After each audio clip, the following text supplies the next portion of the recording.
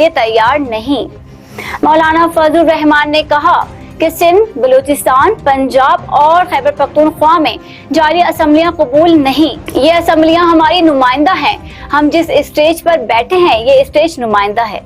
वफाकी वजीर तिजारत जाम कमाल ने पाकिस्तान में कई मिलियन एकड़ ज़रूरी जमीन सऊदी सरमायाकारों को ठेके पर देने की खबरों की तरदीद कर दी है। वफाकी वजीर तिजारत जाम कमाल ने बताया कि ऐसा कुछ भी नहीं है। ज़राअत के शोबे में जो भी सरमायाकारी होगी वो दोनों ममालिक के सरमायाकार अपने मफादात के पेश नजर तय करेंगे।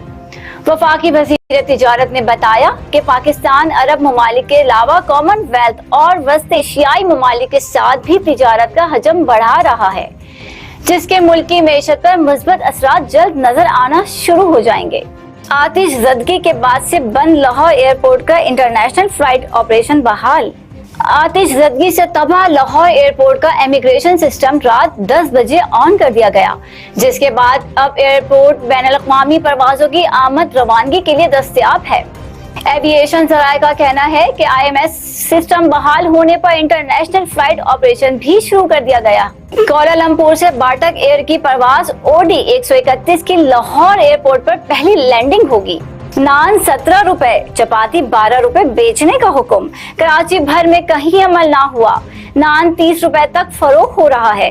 कमिश्नर कराची ने नोटिफिकेशन भी जारी कर दिया। अहकामात हवा में उड़ा दिए गए।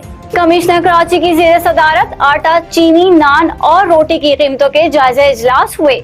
इजलास के बाद कीमतों से मुतालिक नोटिफिकेशन जारी कर दिए गए, जिनके मुताबिक कराची में तंदूरी नान 17 जबकि चपाती की कीमत 12 रुपए मुकर्रर की गई है। रिटेल मार्केट में चक्की के आटे की सरकारी कीमत 123 रुपए फी किलो मुकर्रर की गई है। होलसेल मार्केट में भी फी किलो फाइन आटे की कीमत 120 रुपए जबकि रिटेलर्स के लिए 125 रुपए मुकर्रर की गई है। होलसेल मार्केट में फी किलो चीनी की कीमत 137 रुपए जबकि रिटेल मार्केट में 140 रुपए मुकर्रर की गई है। सिंध बिल्डिंग कंट्रोल अथॉरिटी से कुछ कंट्रोल ना हुआ। शहर भर में गैर कानून बिल्डिंग की तामीरात जारी। बिल्डर माफिया भी आवाम को लूटने में मसरूफ। डायरेक्टर SBCA ने भी आंखों पर पट्टी बांध ली। सिंध बिल्डिंग कंट्रोल अथॉरिटी की जानिब से शहर भर में बिल्डर माफिया को खुली छूट मिल गई है। शहर भर में बिल्डर माफिया आवाम को लूटने में मसरूफ है। शहर में गैर कानूनी तामीरात भी हर इलाके में जारी है। मीडिया रिपोर्ट्स के बावजूद आवाम को लुटने से नहीं बचाया जा रहा। ज़राए का कहना है कि बिल्डर माफिया और SBCA की अफसरान की मिली भगत से शहर को तबाह किया जा रहा है। ज़राए का ये भी कहना है कि आवाम को लूटने के धंधे की ग्रीन चिट चंद आला अफसरान ने दे रखी है। मलीर में महकमा तालीम सिंध के जानिब से 9 मई के हवाले से रैली निकाली गई। रैली में पाक फौज जिंदाबाद के नारे भी लगाए गए और शहदा को खराज तहसीन भी पेश किया गया। महकमा तालीम सिंध की जानिब से 9 मई के हवाले से मलीर भर में रैलियां निकालकर पेश आने वाले वाक़े की पुरजोर मजम्मत की गई और शहदा की कुर्बानियों को याद करके पाक फौज के हक में नारे लगाए गए। उमरकोट में गवर्नमेंट गर्ल्स डिग्री कॉलेज ने सानेहा 9 मई के हवाले से रैली निकाली। गवर्नमेंट गर्ल्स डिग्री कॉलेज की प्रिंसिपल सैयदा कुरतुल ऐन ने कहा कि पूरी पाकिस्तानी कौम पाक अफवाज के साथ शाना बशाना खड़ी है। आज हम शहदा को सलाम अकीदत और खराज तहसीन पेश करते हैं। पाकिस्तानी अवाम और पाक फौज के बहादुर सपूतों ने अपनी जानें कुर्बान करके दहशतगर्दी का खात्मा किया। पाक फौज और पाक अवाम को लड़ाने की मजमून साजिश के पीछे दुश्मन मुल्क का हाथ है। 9 मई को सकूत ढाका की सियाह तारीख को दोहराने की मजमून कोशिश की गई। गांव भानो फकीर आबरू में लिंक रोड का काम जारी है। प्राइवेट ठेकेदार सरकारी मशीनरी इस्तेमाल कर रहा है लेकिन कोई रोकने वाला नहीं। गांव भानो आबरू में लिंक रोड की तामीर का अनोखा सिस्टम सामने आया है। सड़क की तामीर का ठेका तो प्राइवेट ठेकेदार को दिया गया लेकिन ठेकेदार मशीनरी सारी सरकारी इस्तेमाल कर रहा है। ज़राए का कहना है कि इस तरह सरकार को नुकसान भी हो रहा है। ठेकेदार के ज़रिए इस्तेमाल रोलर और वाटर टैंकर वगैरह हैं। ईस्ट जोन के 24 सब इंस्पेक्टर को प्रमोट करके इंस्पेक्टर बना दिया गया। नए प्रमोट होने वाले अफसरान को बैच लगा दिया गया। ईस्ट जोन पुलिस के 24 सब इंस्पेक्टर रैंक पर प्रमोट हुए। प्रमोशन की तकरीब DIG ईस्ट ऑफिस में मुनक्किद हुई। DIG ईस्ट जोन ने प्रमोट होने वाले अफसरान को मुबारकबाद दी और इनके लिए नेक तमन्नाओं का इजहार किया। DIG ईस्ट जोन ने मजीद इस उम्मीद का इजहार किया कि नए प्रमोट होने वाले अफसरान इंतहाई मेहनत, जानफेशानी और ईमानदारी से अपने फराइज सर अंजाम देंगे। बुलेटिन के आखिर में शामिल करेंगे अब खेलों की खबरें। क्रिकेट बोर्ड की काविश कामयाब, मोहम्मद आमिर को आयरलैंड का वीजा मिल गया। फास्ट बॉलर सीरीज में अपने जौहर दिखाएंगे। PCB के शोबा लॉजिस्टिक को मोहम्मद आमिर के लिए फ्लाइट बुकिंग का टास्क सौंप दिया गया है और इनकी जल्द डबलिन रवानगी के इंतजाम किए जा रहे हैं। वाज़ेह रहे कि वीजा मसाइल की वजह से मोहम्मद आमिर टीम के साथ डबलिन नहीं जा सके थे। टीम अरकान के साथ मोहम्मद आमिर की वीजा दरख्वास्त भी जमा करवाई गई थी, ताहम आयरलैंड एम्बेसी ने इन्हें वीजा देने से इनकार कर दिया था। कितना कमाया कितना गवाया, पाकिस्तान सुपर लीग PSL नवी एडिशन से होने वाले मुनाफे और नुकसानात की इब्तदाई तफसील मंजर आम पर आ गई। जराये ने बताया कि मजमूई तौर पर सेंट्रल इनकम पूल में 7 अरब रुपए से ज़ायद रकम जमा होगी। हर फ्रेंचाइज के हिस्से में 98 करोड़ रुपए से ज़ायद रकम आएगी। अलबत्ता खिलाड़ियों के मुआवजे, होटल में क़याम, एयर टिकटिंग वगैरह के अखराजात 55 से 60 करोड़ रुपए तक के होंगे। हर टीम का अलग हिसाब होगा। इसके बाद जब फ्रेंचाइज फीस मिन्हा करेगी तो कई टीमें खसारे में चली जाएंगी। फ्रेंचाइज को अपनी स्पॉन्सरशिप से भी टीमों को रकम हासिल होगी। कम से कम 3 टीमें मुनाफा हासिल करेंगी, जबकि मुल्तान सुल्तान समेत दीगर को नुकसान होगा। लाहौर कलंदर्स और कराची किंग्स को भी खसारे का सामना हो सकता है। अलबत्ता इस्लामाबाद यूनाइटेड, कोयटा ग्लेडिएटर्स और पेशावर ज़ल्मी को मुनाफा होगा। न्यूज़ स्टूडियो से फिल वक्त इतना ही। मज़ीद खबरों और अपडेट्स के लिए विजिट कीजिए हमारी वेबसाइट sag.tv और इसके अलावा आप हमें YouTube और Facebook पर भी ज्वाइन कर सकते हैं। अपना बहुत ख्याल रखिए। देखते रहिए south Asia global TV।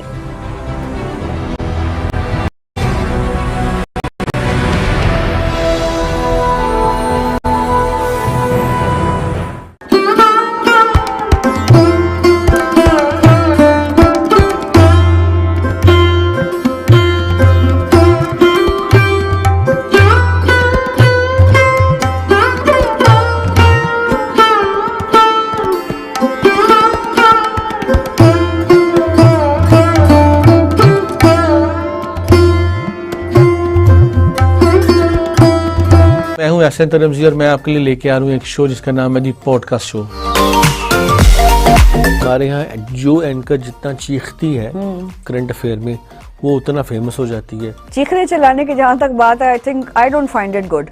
Sir, कोई रेस्क्यू के हवाले से कोई ऐसा ख्वाब जो भी स्टिल रहता हो कि यार ये करने वाला रह गया है? हेल्थ के जो इश्यूज, देखिए अपना लाइफस्टाइल को हमें चेंज करके हमें अपनी बीमारियों को, इन इमरजेंसीज को कम करना है। खैर, इसका मतलब ये आपको लगता है कि पूरी लीडरशिप का कसूर है या हमारी अपनी जहालत का कसूर है? जो हमारी पूरी कौम को इस वक्त डंडे मार के बलोचिस्तान भेजा जाए, जहां जाकर वो जो भी वहां महरूमियां नजर आती हैं उसको ठीक किया जाए।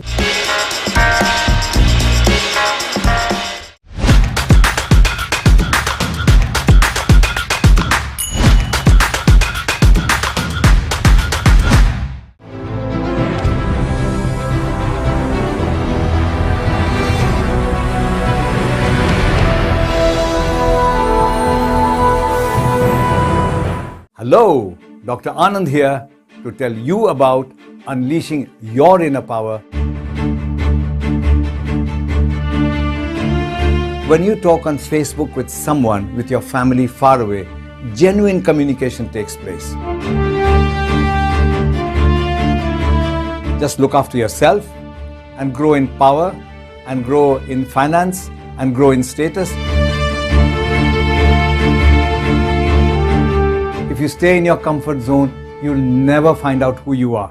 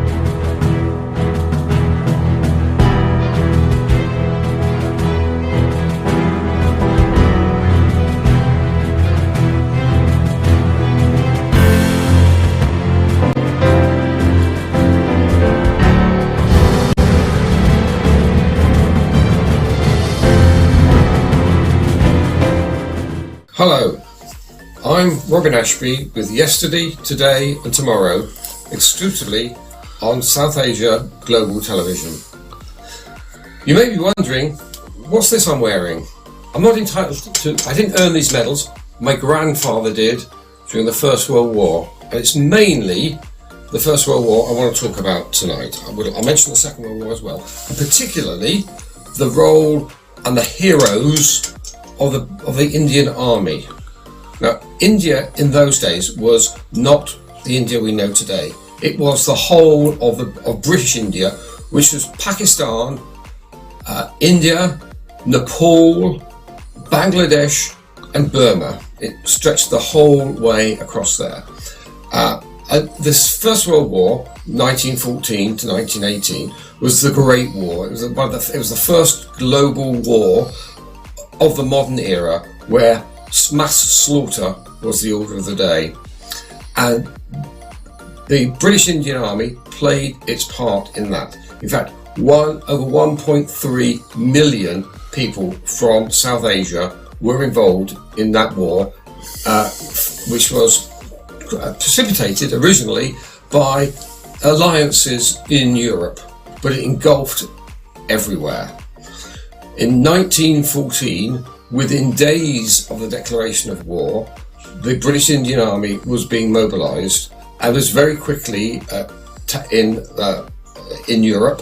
And in that first year, in 1914, the first Victoria Cross was awarded to a member of the British Indian Army. That man, Mr. Khan, he was the Pakistani, and he was one of 11 Victoria Crosses awarded to the British Indian Army. 3 from Pakistan, 6 from India, and 2 from Nepal. And I will also talk about 2 other now Pakistani warriors who were the bravest of the brave. For those of you who are unfamiliar with Victoria Cross, it is for gallantry. It's the highest gallantry. The bravest of the brave are awarded this medal. It makes no difference your creed, colour, your rank. Gallantry is what counts. The actual physical medal itself is made from bronze of a cannon captured in the Crimean War in the 19th century. And it is awarded often by the king himself, and all 3 of these medals were awarded by King George V during the war, that First World War. So why am I interested in this? Well, my interest was first piqued by a visit to the Indian War Memorial at a place called Neuf-Chapelle in Flanders, which is France-Belgium area. And there, 4,700 members of the Indian Army who were killed in that area are commemorated. It's very close to the fields across which they charged with their bayonets fixed into the mud of Flanders. Flanders has a great resonance for us because of the way that we have commemorated it ever since then. Even this year we've commemorated it, and we commemorate it with a poppy which grew out of the wreckage, out of the craters, out of watered by the blood of so many men, including members of the British Indian Army. So that's what first piqued my interest, and I went to that Indian Memorial with British members of Parliament who laid a wreath to commemorate the fact that sacrifice had been made by the British Indian Army. There were no cameras there, no television, nothing. They just stood with their heads bowed and remembered the sacrifice that had been made. I also, some years ago, took my grandsons to the Menin Gate, which is also in Flanders, and there, on that memorial, are carved the names of 413 members of the Indian Army who died in the Ypres salient and for whom there are no known graves. Every night, except during wartime, the local people turn out to honour the fallen, particularly those with no known graves. and I took my boys to see that, as I had done with MPs, and where we laid a wreath in memory of all of these fallen. And that is a very emotional time. It's the local people are there, and very, very many people who are tourists or who are remembering their ancestors. And one of the things that I want to do tonight in this segment is to talk to you, is to ask you if you have had relatives who served in the British Indian Army during either of the World Wars, and you want to write to me about them. I would be very interested to hear your story, and I would very much like to publish appropriate ones in a feature called Distant Voices, Remembering the Past and the Sacrifice. And that Distant Voices is published on a blog called Defence Viewpoints, and you can write to me at robin.ashby.ukdf@gmail.com, and I will acknowledge everybody.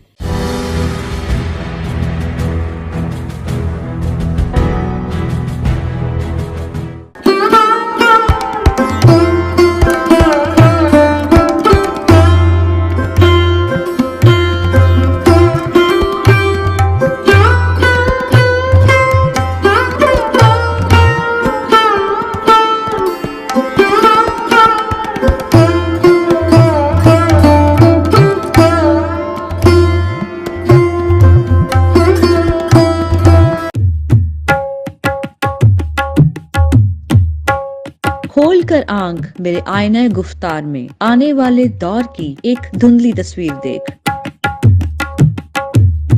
सितारों की चाल या चाल का मुस्तकबिल, और बहुत कुछ जानने के लिए देखिए प्रोग्राम आज का कल, सिर्फ साउथ एशिया ग्लोबल टीवी पर।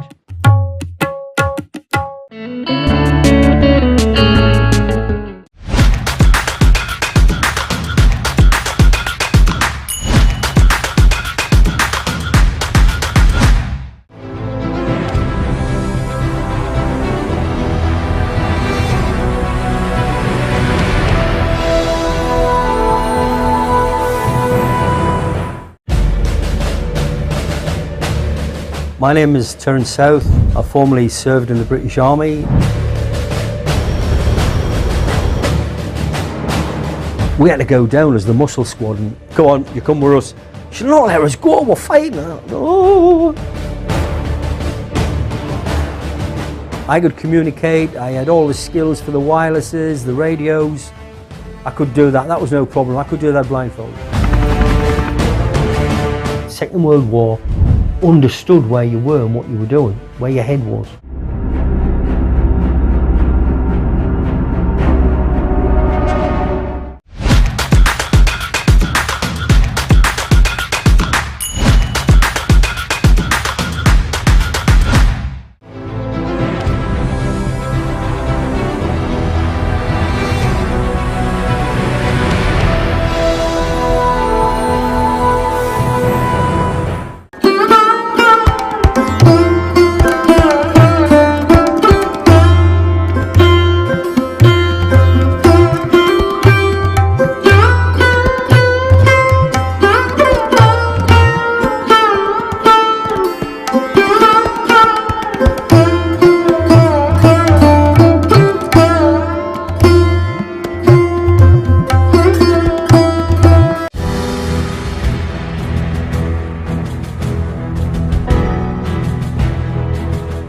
So let's go back to talking about the First World War and Flanders.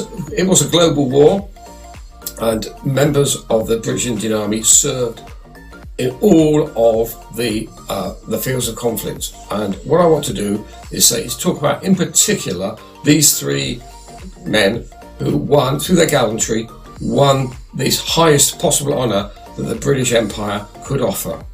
And the first one is a chap called Khanadid Khan. He was the first Indian VC, as I mentioned, and he was born in 1888 in the Punjab.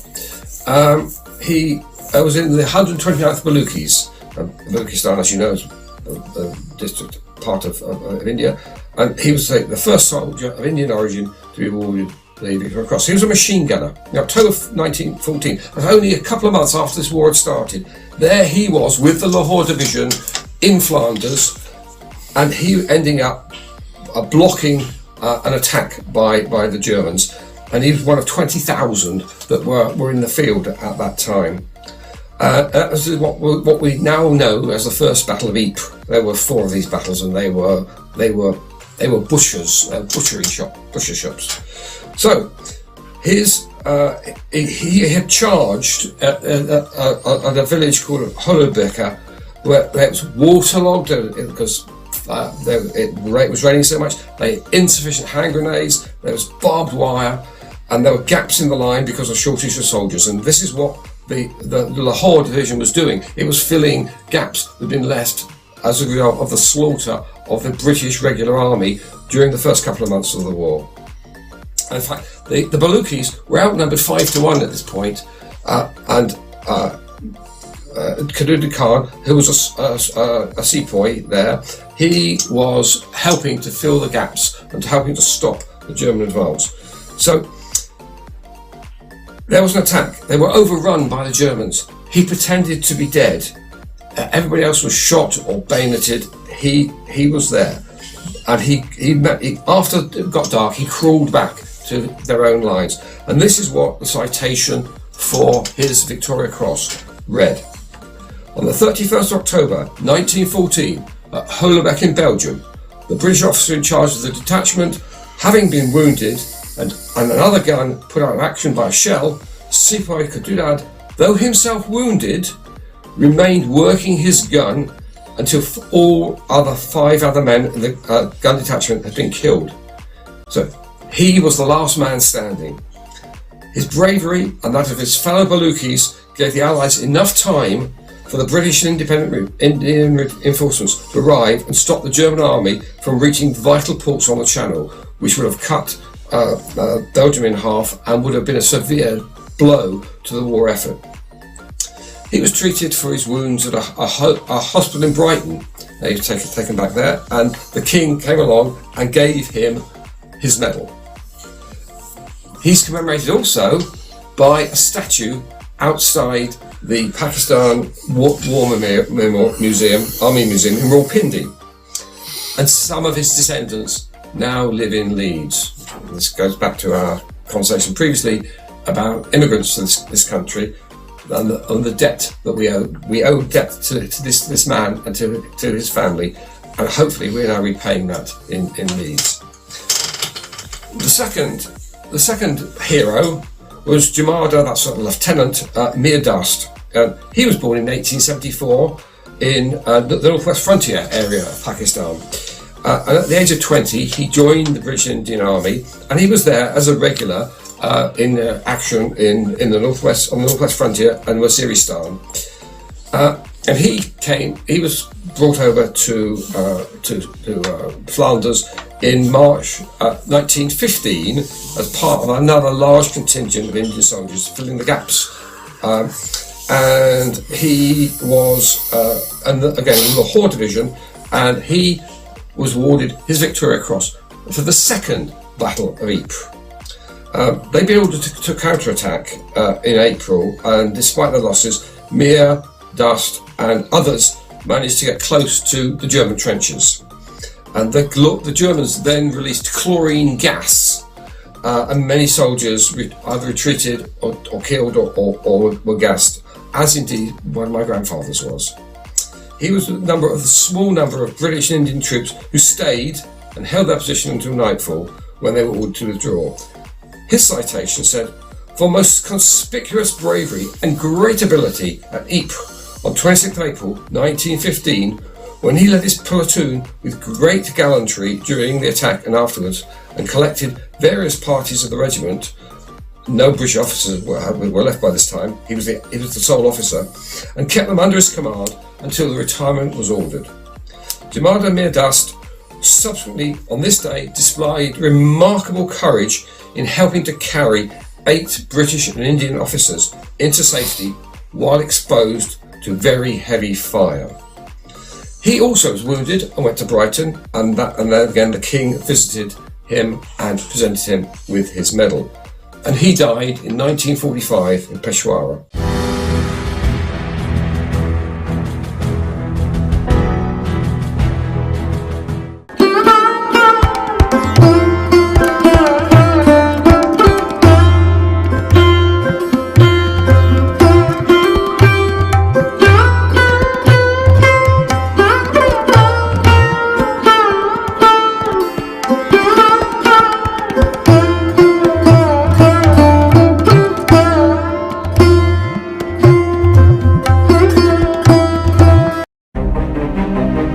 Hello, I'm Alan Curry. I'm bringing you a show badge of honour on my successful life in the police service to the rank of Chief Superintendent.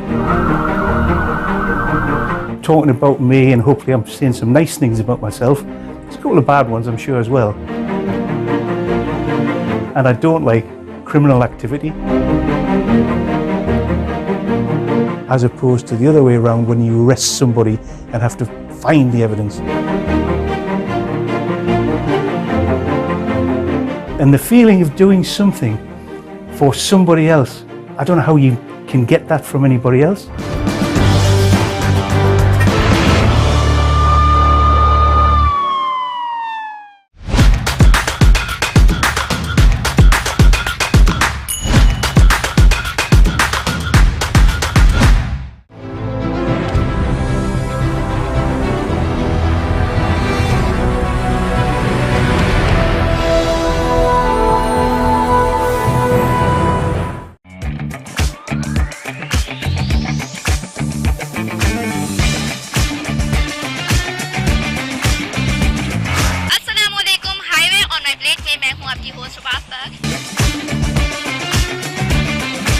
तो यहाँ तंदूर भी लग चुका है और यहाँ पे रोटियाँ लग रही हैं ताज़ी ताज़ी।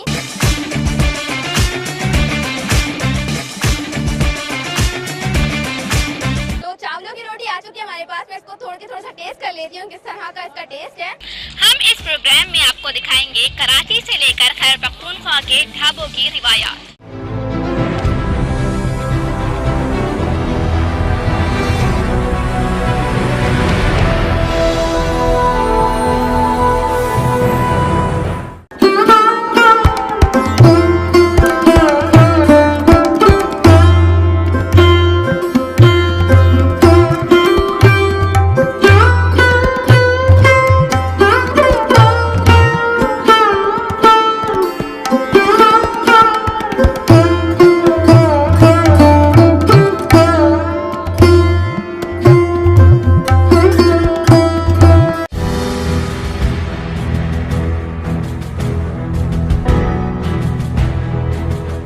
Our third Pakistani hero, from 1916, was Naik, that's a corporal, Shahmad Khan. He was a corporal at the time of this, but he later became a captain, and he served the 89th Punjabis. In fact, he was a Punjabi Muslim born in 1879 in Rawalpindi, and the 89th Punjabis were part of the 1st Battalion of the Baluchi Regiment.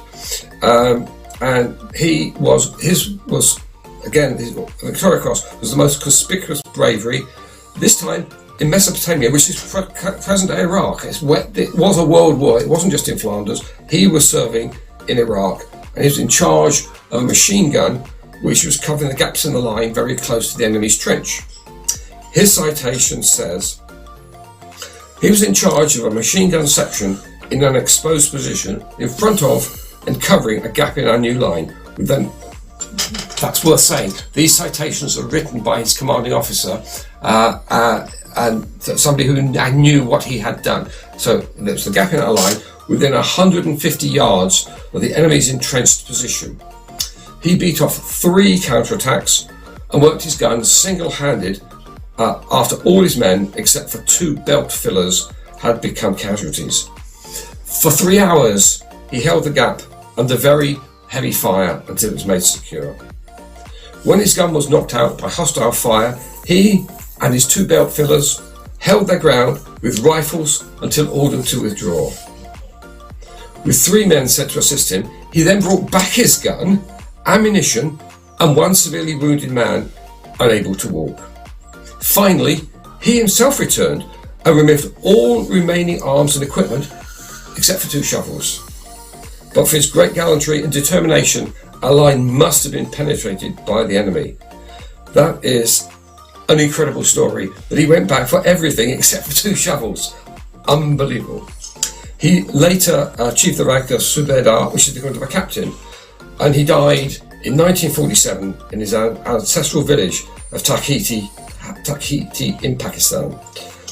These were the kind of heroes that the British Indian Army produced, and these are men who even today are remembered in the present day Pakistan Army. There were, as I said, there were 6 other Victoria Crosses awarded to the Indian Army and 2 to the Nepalese. The Nepalese Gurkhas and the Sikhs from the British Indian Army are part of the legends of the British Army, and they are hugely respected. And it is the actions of these kinds of men that led to that kind of respect. So, we had 1.3 million people from the subcontinent who took part in the war. Some of them were soldiers, some of them were labourers. And of those, some 74,000 were killed in various parts of the world.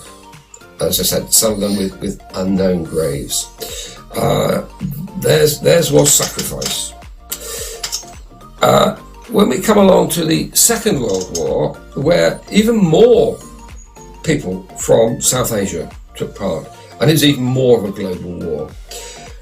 At the start of that war, there were 200,000 people in the British Indian Army. By the end of the war, there were 2.5 million. This was the biggest volunteer army the world has ever seen. Nobody forced these. They were not conscripted like so many other people in so many other parts of the world. They were not conscripted. They volunteered to serve and to fight. And again, we owe them a huge debt of gratitude. Although 87 were killed during that time, and there were another 18 Victoria Crosses and George Crosses awarded. The George Cross is the civilian equivalent of Victoria Cross, so somebody who's not actually in combat who won a George Cross, which is held in the same high regard as a Victoria Cross. So they served around the world. The 8th Army at Al Alamein. In fact, some members of the Indian Army were at Dunkirk and were evacuated in that first great coming together of the spirit of the British, which carried us through the war. They were at Dunkirk. They were in the 8th Army, then the 9th Army, the 10th Army, the 12th Army, the 14th Army in Burma. They served around the world, in Europe, and Al Alamein in Africa. They served in right the way across Asia, places like Sudan, Iran, Iraq, Syria, Hong Kong, Malaysia, Singapore, Borneo, Lebanon. Those were the places where the British Indian Army was serving, and these men helped to turn the tide of totalitarianism. Again, we owe them a huge debt of gratitude. So, in summing up, I went, as we often do, to poets who can crystallise our remembrance after death. And that includes those more than 160,000 from South Asia who died in 2 world wars. So Muhammad Iqbal from Pakistan, whose poetry in the Urdu language is considered amongst the greatest of the 20th century, wrote one of his most famous poems. Man's spirit does not know annihilation. It may disappear from sight, but is not obliterated. The apparel of existence is turned to ashes by the flames of grief. This fire is put out by the water of that pleasant feeling. The suppression of lamentation is not the silence of indifference. It is awareness that brings consolation, not forgetfulness. So many paid the ultimate price of war. At the going down of the sun and in the morning, we will remember them. This has been Yesterday, Today and Tomorrow on South Asia Global Television. I'm Robin Ashby, and I look forward to speaking to you in the next programme.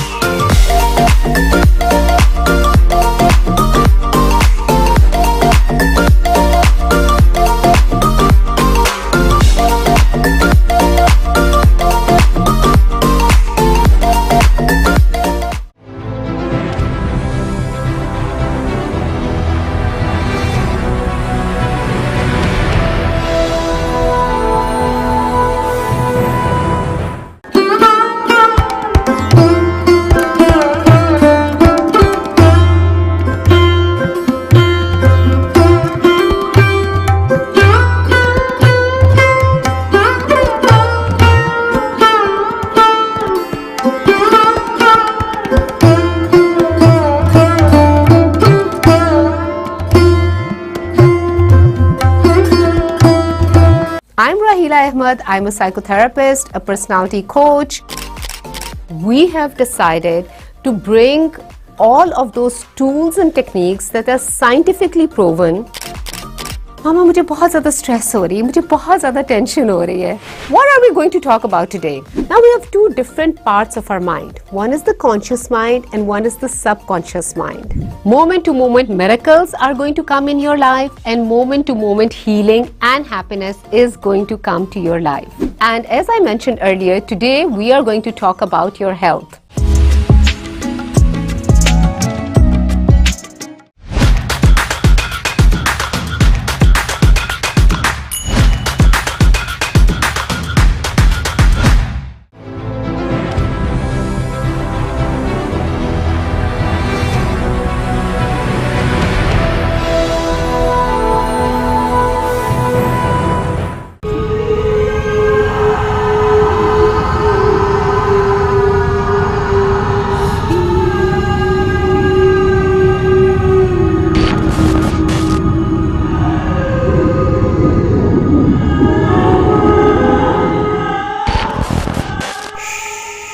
Allahu, Allahu, Allahu, Allah, Allahu, Allahu, Allahu, Allah, Allahu, Allahu, Allahu, Allah.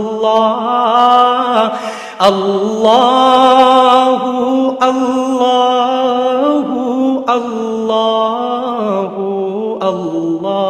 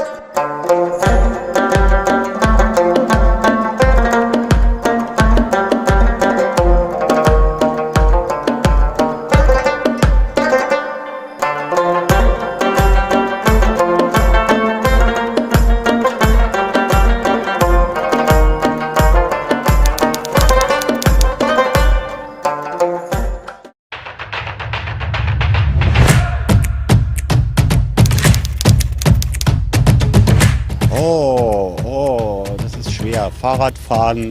हमारी पूरी कौम को इस वक्त डंडे मार के बलोचिस्तान भेजा जाए. बहुत बढ़िया. तरबियत में कहीं ट्रेनिंग में कमी होती है. ये जो फॉरेन वाला काम ठीक नहीं होता. Ils ont encore un petit peu de boulot, mais ça va. Ils sont gentils, ils sont amoureux, c'est...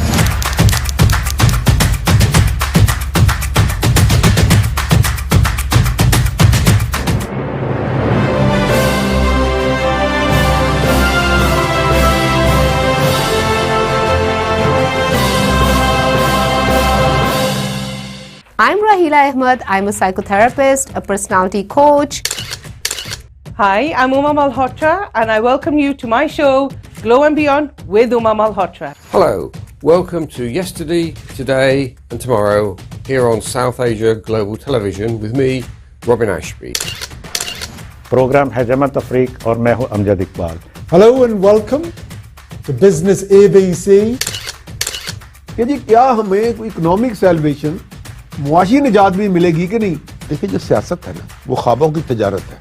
जो एंकर जितना चीखती है वो उतना फेमस हो जाती है. चीखने चिल्लाने की जहाँ तक बात है, I don't find it good.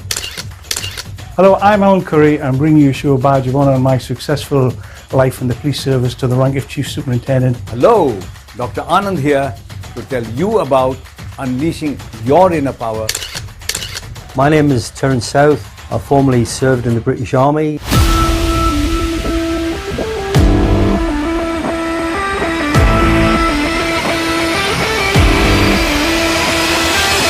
कोई ऐसा बैट्समैन जिसको बॉलिंग करते हुए आप घबराते हों? पता है आप लोगों का जो वर्ल्ड क्लास बैट्समैन है बाबर आजम है।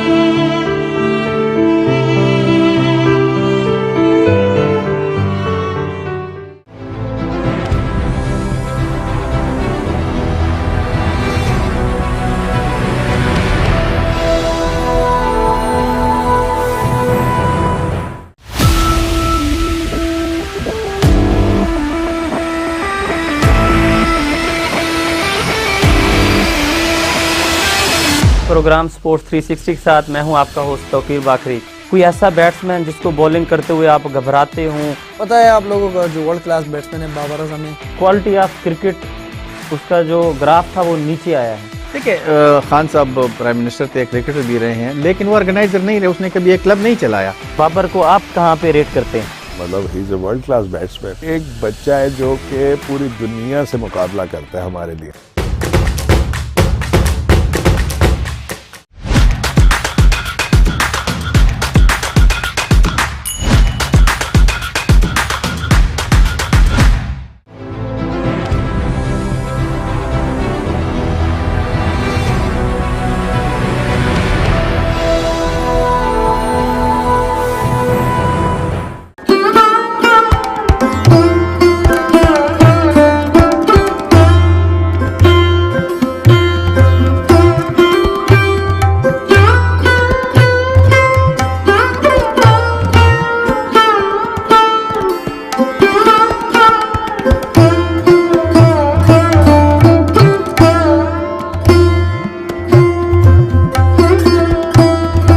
Hi, I'm Uma Malhotra and I welcome you to my show, Glow and Beyond with Uma Malhotra.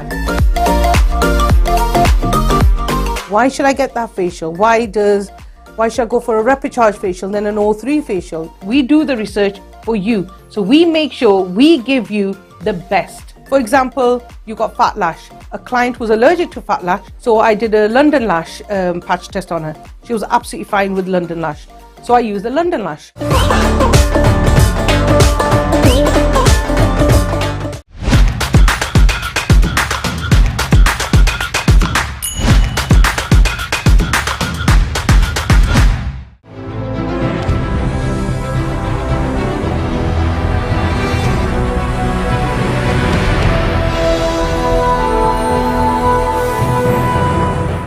आपका पासपोर्ट ही आपका जैकपॉट है, ऐसा जैकपॉट जो आपको दुनिया के किसी भी कोने में सेटल करवा सकता है।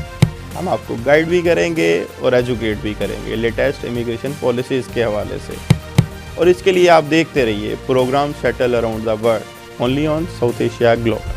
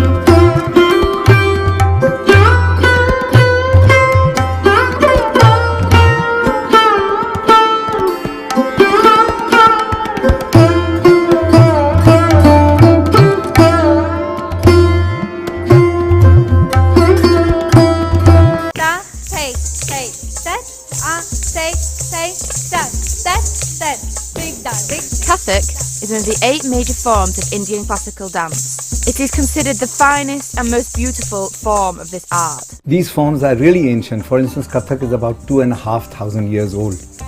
Now, you might ask, what is the meaning of the word Kathak? Kathak comes from the Sanskrit word katha, which means storytelling. So, this dance form, which is ancient, is about telling a story.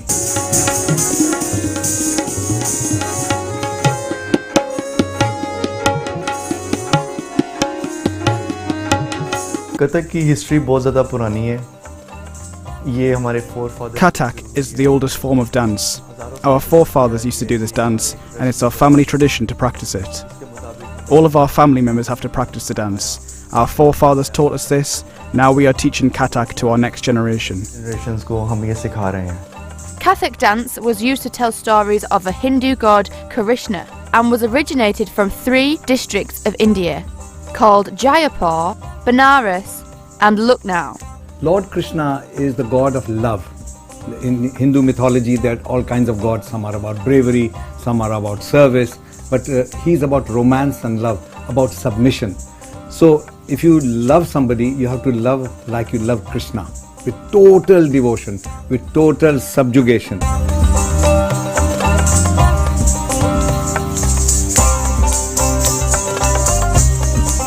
In Kathak, the expressions are most important part and it is called rasa. So there are 9 types of expressions mentioned in Natya Shastra written by Bharat Muni. So the rasas are Shrungara Veera Karuna, Adbhuta Hasya Bhayanaka, Bibhatsa Raudrau Shantascha, Kavye Navarasa Mataha. So the dancer has to implement every single rasa while dancing.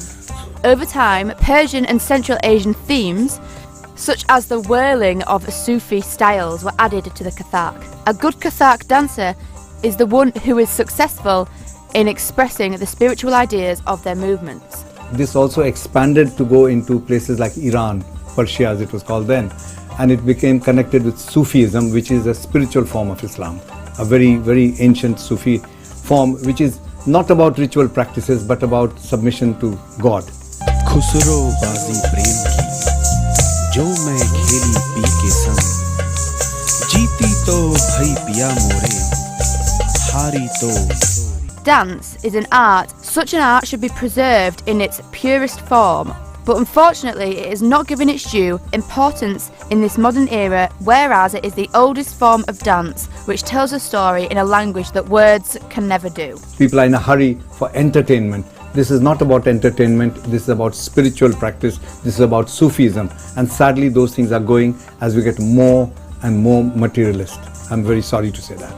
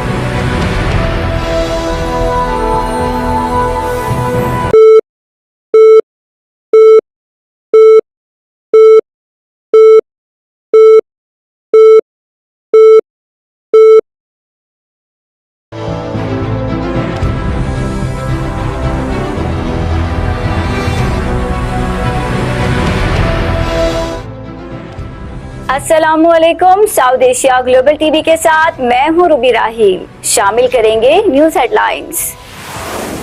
गजा जंग बंदी के हवाले से Cairo में जारी मुज़ाकरात बेनतीजा खत्म। रफा पर हमला जारी रहेगा इसराइल।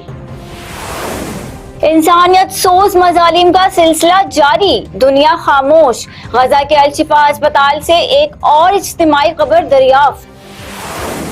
वजीर आजम का अपने खिलाफ करप्शन केसेस बंद कराना जुर्म है। फजी के साबिक वजीर आजम को अपने खिलाफ करप्शन केस बंद कराने पर 1 साल की सजा। ब्राजील में कई रोज से जारी बारिशों से मुख्तलिफ हादसात में अमवात की तादाद 100 हो गई है, जबकि 128 अफराद अब तक लापता हैं और 1,63,000 से जायद बेघर हुए। 9 मई वाक़े के खिलाफ पंजाब, सिंध और बलूचिस्तान की असम्बलियों में मुज़म्मती करारदादें मंजूर कर ली गईं। जेलें भरेंगे, गुलामी नहीं करेंगे। जमीयत उलमाए इस्लाम के सरबराह मौलाना फजलुर रहमान ने कहा है कि धांधली की असम्बली किसी भी जगह कबूल नहीं। अब फैसले ऐवान में नहीं, मैदान में होंगे। वफाकी वजीर तिजारत जाम कमाल ने पाकिस्तान में कई मिलियन एकड़ ज़रई जमीन सऊदी सरमायाकारों को ठेके पर देने की खबरों की तरदीद कर दी। नान 17 रुपए, चपाती 12 रुपए बेचने का हुक्म। कराची भर में कहीं अमल ना हुआ। नान 30 रुपए तक फरोख्त हो रहा है। कमिश्नर कराची ने नोटिफिकेशन भी जारी कर दिया। अहकामात हवा में उड़ा दिए गए। सिंध बिल्डिंग कंट्रोल अथॉरिटी से कुछ कंट्रोल ना हुआ। शहर भर में गैर कानून बिल्डिंग की तामीरात जारी। बिल्डर माफिया भी आवाम को लूटने में मसरूफ। डायरेक्टर SBCA ने आंखों पर पट्टी बांध ली। मलीर में महकमा तालीम सिंध की जानिब से 9 मई के हवाले से रैली निकाली गई। रैली में पाक फौज जिंदाबाद के नारे लगाए गए और शहदा को खराजे तहसीन पेश किया गया। और क्रिकेट बोर्ड की काविश कामयाब, मोहम्मद आमिर को आयरलैंड का वीजा मिल गया। फास्ट बॉलर सीरीज में अपने जौहर दिखाएंगे। हेडलाइंस आपने जानी। न्यूज स्टूडियो से फिल वक्त इतना ही। मजीद खबरों और अपडेट्स के लिए विजिट कीजिए हमारी वेबसाइट sag.tv और इसके अलावा आप हमें YouTube और Facebook पर भी ज्वाइन कर सकते हैं। अपना बहुत ख्याल रखिए। देखते रहिए साउथ एशिया ग्लोबल टीवी।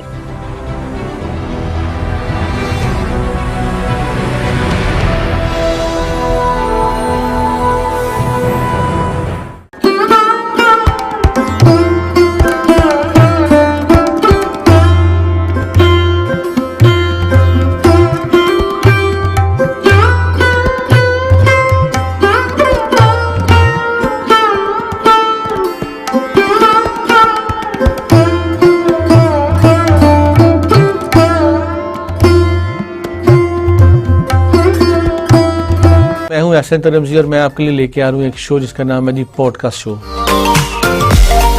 हमारे यहाँ जो एंकर जितना चीखती है करंट अफेयर में, वो उतना फेमस हो जाती है। चीखने चलाने की जहाँ तक बात है, I don't find it good.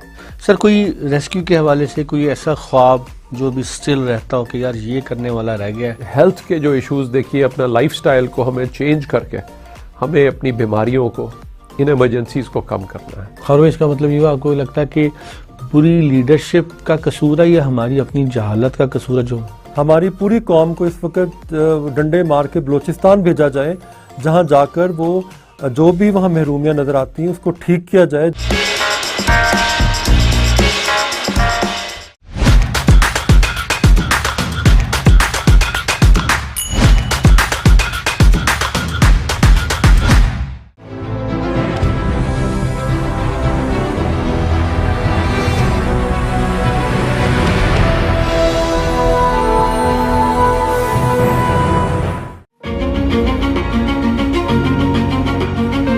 Hello, I'm Robin Ashby. I'm a city councillor, I'm an advisor. I have done a lot of things in my life.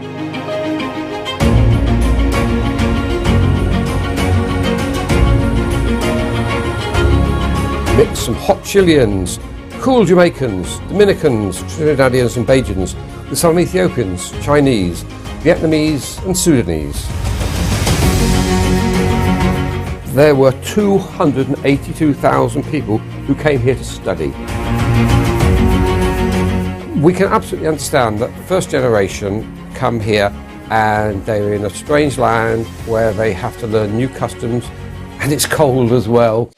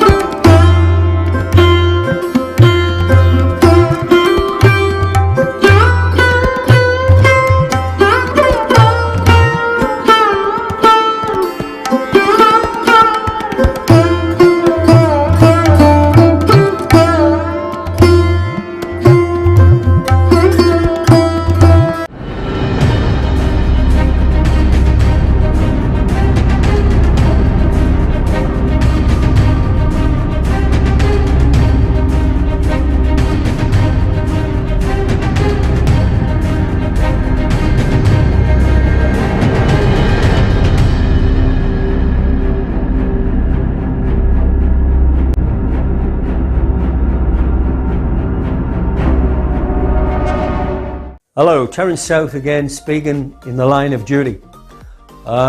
We've moved now from the Falklands, conflicts, Northern Ireland, and we're out of the army and you're on your own, taking jobs on, basically contracting wherever they come, because confidence really, and what the armies give you to be able to sort problems out. So I was invited to a one-year post in China for the building of the Guangzhou and the Ring Road. That was a real good project. So we're building an elevated road in the middle of a Chinese city with all the problems that comes with it. So what came with it was, I wasn't the first guy to run the job. I was the second guy. So I was following on from someone else who wasn't a military guy, wasn't disciplined in the same way. And so as soon as I got there, it's like, I need to change things. And the problem with developing cultures is they learn one way to do things and that's it. Change management, not an easy thing. There's a lot of things to be learned about change management, and the cultural aspect is one thing that was absolutely massive, because the way you would do it in the UK is not necessarily the way you would do it in China or in Japan. I've known guys from companies like Ford who've worked in Japan, they've worked in Korea, they've set whole factories, multi-million-pound projects up, and they come to China and it's like, start again. I started again when I went to Korea, I'll start again when I come to China, and they've got to learn about the culture. And one way to learn about the culture is learn the language. And that was one thing I was adamant about, and that to understand those people and be able to communicate, you need to speak the language, or at least understand it. Because believe it or not, you might be the most senior engineer in the world, but you are not in control if you have an interpreter. The interpreter is in control, because how they interpret things is to their benefit, not necessarily the project's benefit. And I'll give my analogy now. When I worked in Russia in about 96, 96, 97, we had an interpreter called Sergey, and it was a case of, Sergey, on a weekend, we want all the materials brought to site, we move the traffic management, and that makes everything aligned. We don't want to move the traffic management and the materials arrive. We want it all to happen at one time, so we don't have materials in the middle of the road. You can imagine if you've got cars here, you fix the road, you're going to move the cars there tomorrow, and you've got all your material here, you've got to look at all across, it's no good. So nothing ever happened on time. And I couldn't understand it, I've told you, and this wagon's late. And one day we had a guy who could speak a little English, and he told us, well, what's your problem? I've delivered it as required. No, we wanted it yesterday. No, today. So we went to Sergey. Well, yeah. And he waffled and he went on and on and on. And then I was sat in a meeting in the UK, and this man's being paid by the day. So if he makes the project last longer, he benefits. But the company lose absolute thousands while he makes a few more rubles. Absolutely ridiculous. You must have someone who understands the local culture and the local language and on your side.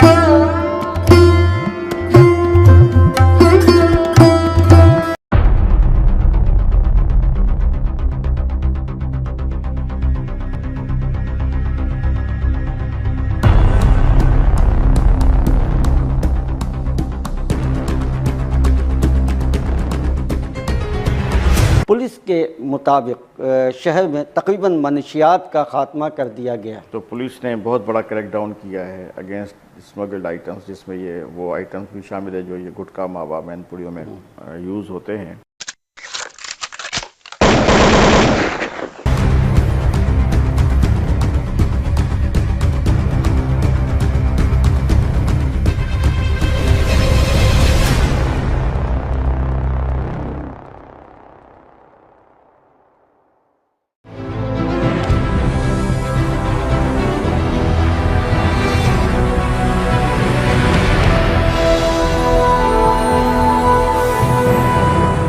आप कह रहे थे ना कि anchors का demand बढ़ गया। जब ये डिमांड बढ़ी तो क्वालिटी कंप्रोमाइज हुई। सब IMF वाकई इतना बुरा है। जब आप अपनी जेब गर्म कर लेंगे तो फिर कौम के बारे में कैसे सोचेंगे? वो तो एक तरह की दहशतगर्दी हो जाती है ना तालीम के अंदर। जो स्कूल नहीं जा रहे जो बच्चे, उनकी तादाद कई करोड़, सुना 2-2.5 करोड़ से ज्यादा है। अब वो बच्चे जो हैं वो क्या बनेंगे? अगर आप प्रोपेगेंडा कर भी रहे हैं तो उस प्रोपेगेंडा लगना नहीं चाहिए। तरबियत में कहीं ट्रेनिंग में कमी होती है, जो पता चल जाता है कि जी कि ये क्या लॉबिंग कर रहे हैं।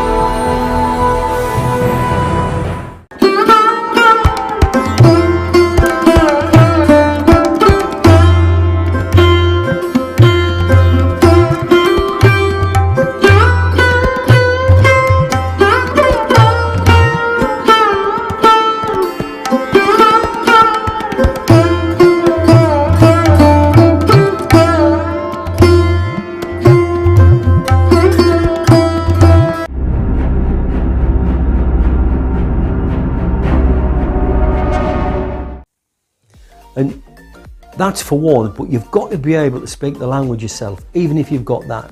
That just speeds things up. You can throw out, this is what I want, blah, blah, blah, and they put the full stops and the commas in and put it right. Because that was one problem. The guy was an interpreter, he's paid by the day. We paid on the project, what a lump price. He was wasting, he was throwing our money away. We were hemorrhaging money because of it. But we had to sort that out. So that's one thing about learning the language. And the other thing is that I'm in China, I've done the Guangzhou in the Ring Road, we've gone in there, we've done really well, we've gone and done Guangzhou in Donglu. Job's finished, I'm speaking Chinese, I moved to another job up in Nanjing. So I get to be a regular in Shanghai, and this guy just pulls me one day. Terence, you speak Chinese? Yep. I'll give you a job for one day. Sorry, what do you want us to do? So I want you to come and listen in one of my meetings and be my friend. So yeah, I'll do that. I'll send a car to pick you up. Okay. So I needed to go to the inner city airport for to get picked up. So in the inner city airport with a bag, this guy thought I'd go off a plane, but I hadn't. So I get picked up. This is my friend Terence. He's just flown in. Been friends for years. He's looking at setting a company up in China, and he's just sitting here to see how interpreters work and things work. At my age, they would speak or understand Chinese, because it's very much the young people that's took it on. And so I'm sat there and conversations going on, and he's taking a floor in a building, and what he's doing is he is organising it, and he's putting where he's putting the desks, how much furniture do we need, where does he need the fire escapes, where does he need all these things, and the plan's there, it's all been priced, it's all done.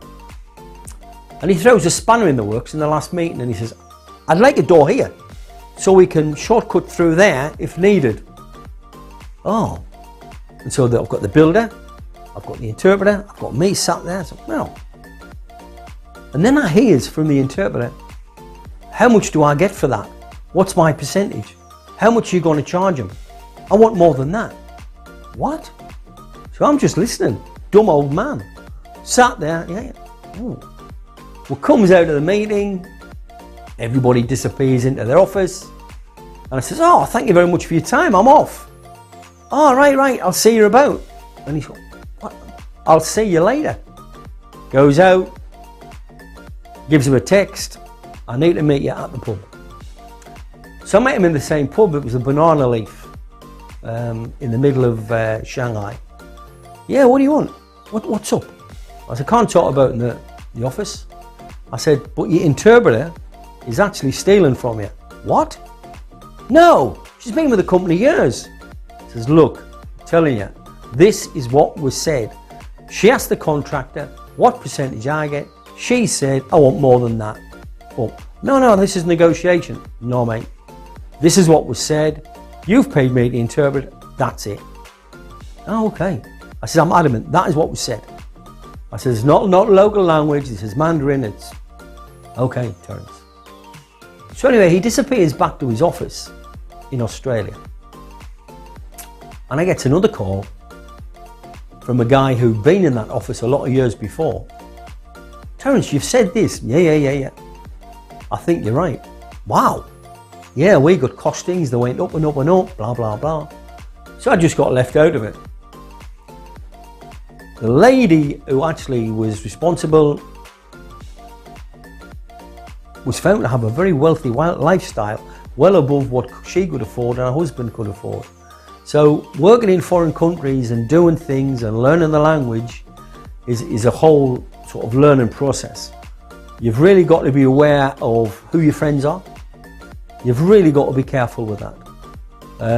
People who befriend you, always keep your wits about you, because a number of times I've been and I've listened to what's being said, and it's not what was translated. So it's difficult. It is. But China is absolutely terrific place to live. And as an older man, during those years, I got a lot of respect, basically because of my age and because of the fact that I'd learnt the language. And that's one of the problems where you get culture now. Culture comes into it where you've got one child in a family quite spoiled, yeah, because the parents dote on it, and then they do everything to help them. And you've got this ability to talk to people, and when you've got these young people coming in, some of the jobs you give them, they feel that they're below them because they've been to university, they've got a degree, but they've got no life experience, and they've got no knowledge of how your industry works. They have a degree which says basically you have the tools to start in this industry, but you need to find out how it works and gain some experience. And I'll give you a story in that we were building these parts for bridges, and we fabricated them, and before very long we were copied. And so it's right, get out the market, what's the strategy? I said the strategy is dump that part in the market, we go into making and assembling and we send them abroad, we leave the Chinese market alone other than the really big kit. Yeah, let's go with that. It's a route out of the problem we've got. Because now we're in an overcrowded marketplace, we can't get our price. Our price has got to drop, which we're not going to do. But the Chinese have come in and our price is here, their price used to be there.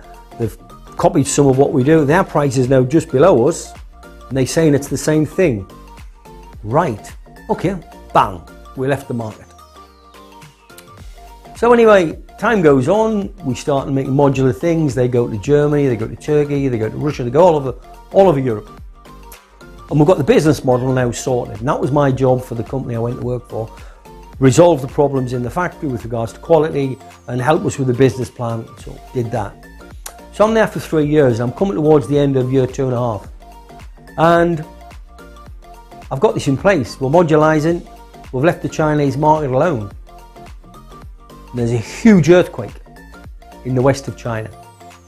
You've got bridges collapsing, you've got buildings falling down, you've got a lot of things happening that should never have happened because poor quality, copied, didn't fully understand the engineering behind this piece that we used to make.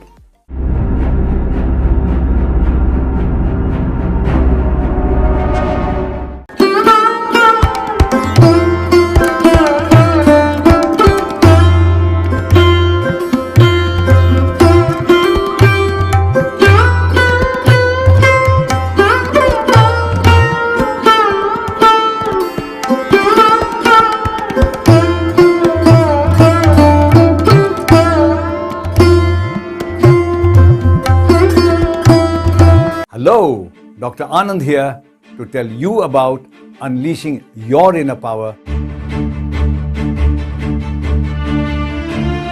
When you talk on Facebook with someone with your family far away, genuine communication takes place.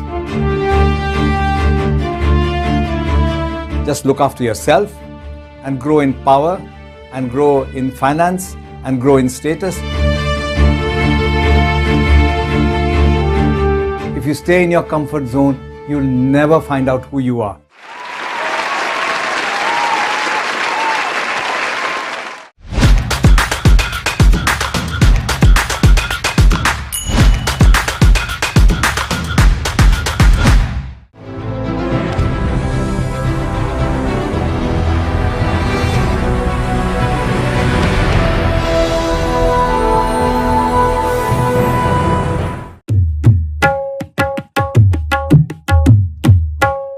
खोल कर आंख मेरे आईने गुफ्तार में आने वाले दौर की एक धुंधली तस्वीर देख,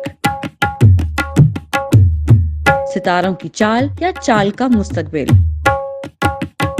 और बहुत कुछ जानने के लिए देखिए प्रोग्राम आज का कल सिर्फ साउथ एशिया ग्लोबल टीवी पर।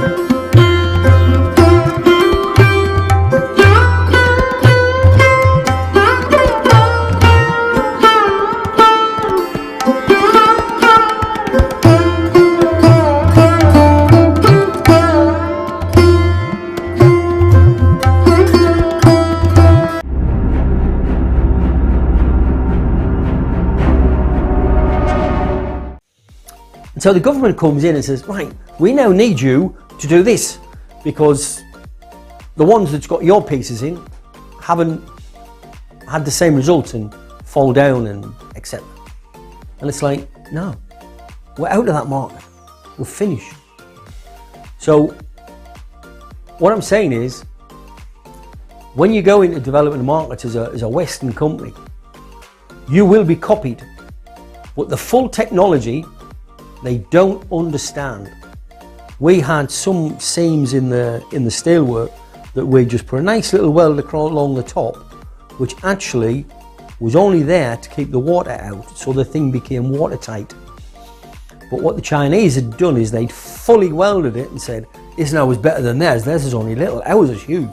But ours was there, so when an earthquake come, everything snapped and it just broke up. And you could put the thing back together. But the Chinese didn't. They kept the whole of the structure bonded together, and the structure fell over instead of all the bits going, right, now you can put them back together, and you get the safety traffic across a bridge, across a structure. We can make it work again, and we don't have these huge costs in rebuilding. So copying is really dangerous, and it's something when you come into business plans and developing countries, you've really got to be aware of. And so with experience like that, I ended up being poached from there before the end of the 3 years. My job was done, everything was running. The most expensive thing at the end of the day in that Chinese factory was me. The factory was running, there was no problems, it was time to get rid of me. And when I made this public, I ended up being poached by an international company and asked to go out to Mongolia to work. And so it was like, yeah, I'll go out to Mongolia. What? Yeah, no problem, just give us a ring. Yeah, so they told me to, as soon as finishing could be done and I could extract myself from the company, they would take me on and send me out to Mongolia. So we agreed a package, I left, I kept my Chinese email address so people could write to me and I could send email back. So the way I extracted myself from the company was also something that I learned in management, in that if people in China had said, I'm leaving, there would have been a void and I would have created a hole. And what happens when somebody leaves, everybody tries to fill it, and they fill it with the most awful things like, he promised this, he promised that, he said this, he said that. That's not the way we interpreted. The way we interpreted that was in this way, to benefit themselves, whether that be within your own company or whether that be in a company you're cooperating with. So when you extract yourself from a company, it's got to be on the best of terms and it's got to be in a controlled manner. So what I actually did, I said, right, I'll move out with all my email addresses and all my emails will go to one person in the parent company and he can tell me what I've got to send back. And in that way, I'd gone into a company, I'd help sort it out, I'd help align it with quality, business plan, structure, and the separation of a joint venture into a wholly owned company. And I'd come out, nobody even knew I'd left. Nobody knew I'd gone. It was like, he's been away 2 weeks. Oh, he's gone to, I think they said I was in the Philippines. So I was in the Philippines. Where's he gone now? I think he's in Australia. And I went all these different places, in theory. But in practice, I was working for another company in Outer Mongolia, sending emails round with people that didn't jump in that void and create problems which were costly to the company. So nowadays when I see people leaving companies, I'm disappointed in that professional people can leave a company and as a result leave a void behind. And if you go back to the recent conflicts like Gaddafi, as soon as you pull that guy out, vacuum. Everybody's got to fill it, everybody wants to be part of it, everybody sees it as somehow to make money. And so management change is something which is very subtle. It's not something that's a big, this is how you do it. It's very subtle. You move people around in a very quiet manner. And in the same way as when I went out to Mongolia, I didn't speak Chinese for weeks, but I was looking after 800 Chinese contractors, 800 Chinese people. And the only person that knew I spoke Chinese was the lead guy in the Chinese company. And I told him on the first day, we had a private conversation. I knew a lot of things I'd been told, and I went and told him, I was straight up front with him, this is what we believe. It mightn't be true, it might be true, but this is what we're led to believe, and I need to fix it. And that actually, having a private conversation with him, gave him time to sort it out without it all becoming inflamed. So again, it's just a management style. You don't go in with a big stick. You don't put things under the carpet because they're just bumps in the road later on. You've got to have a clear playing field. You've got to be transparent about what you do. And transparency is everything. And unfortunately, when you have a joint venture, it's almost impossible to be transparent unless you have the right people and the right culture in place.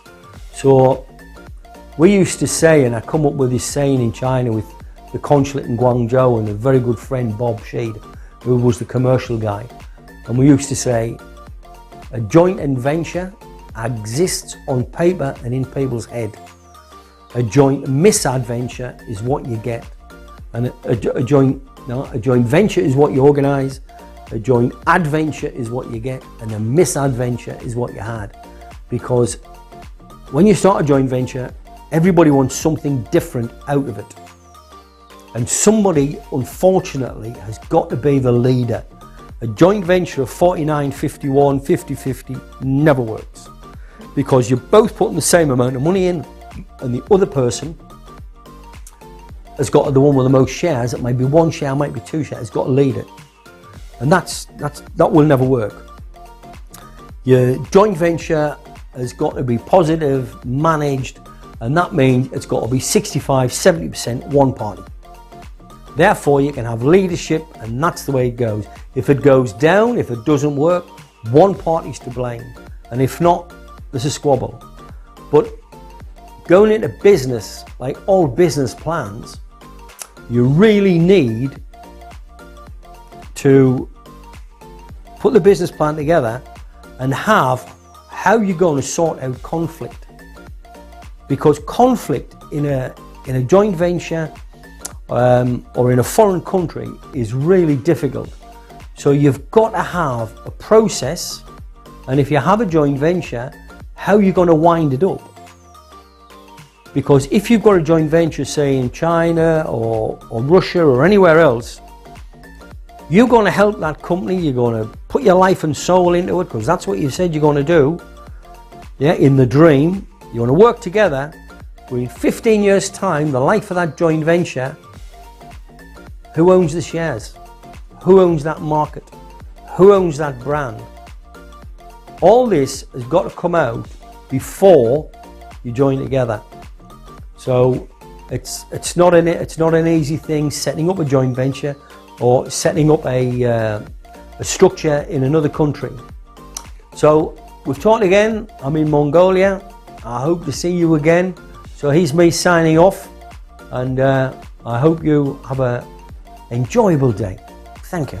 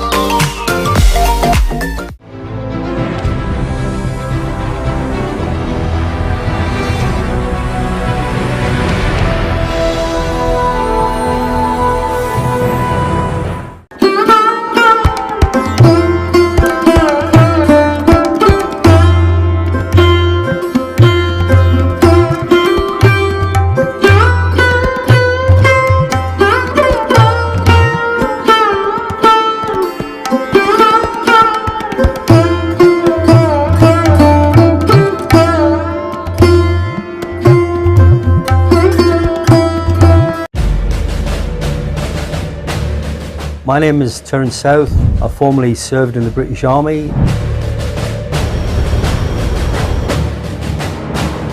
We had to go down as the muscle squad and go on, you come with us. She said, no, let us go, we're fighting. No.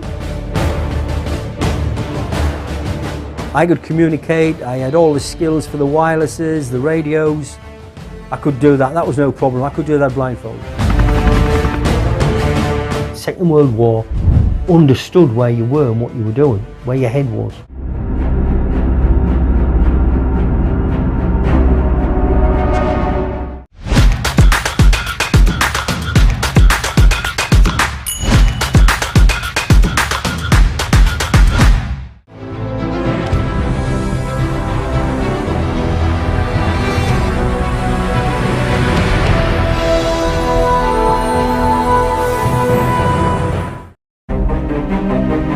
Hello, I'm Alan Curry. I'm bringing you a show badge of honour on my successful life in the police service to the rank of Chief Superintendent.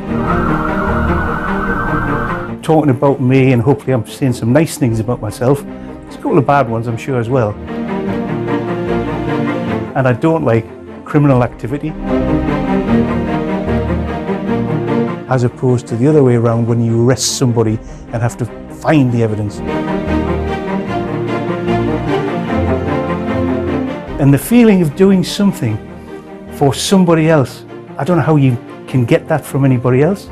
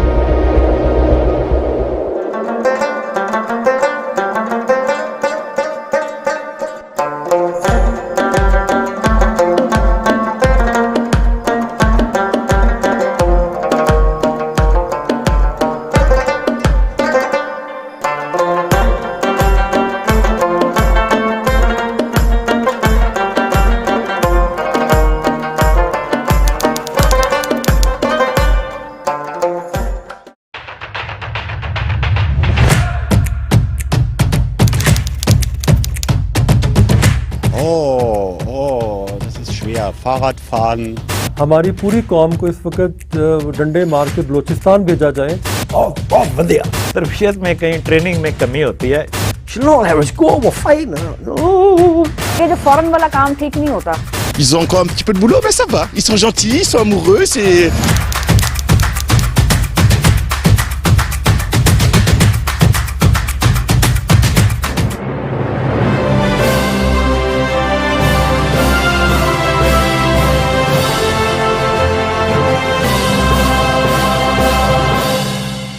I'm Rahila Ahmed. I'm a psychotherapist, a personality coach.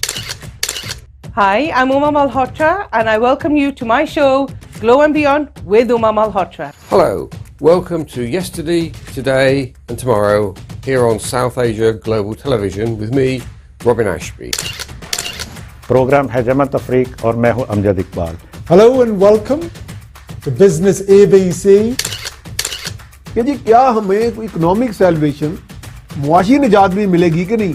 देखिए जो सियासत है ना वो ख्वाबों की तजारत है. जो एंकर जितना चीखती है वो उतना फेमस हो जाती है. चीखने चिल्लाने की जहाँ तक बात है, I don't find it good. Hello, I'm Alan Curry. I'm bringing you a show badge of honour on my successful life in the police service to the rank of Chief Superintendent. Hello, Dr. Anand here to tell you about unleashing your inner power. My name is Terence South. I formerly served in the British Army.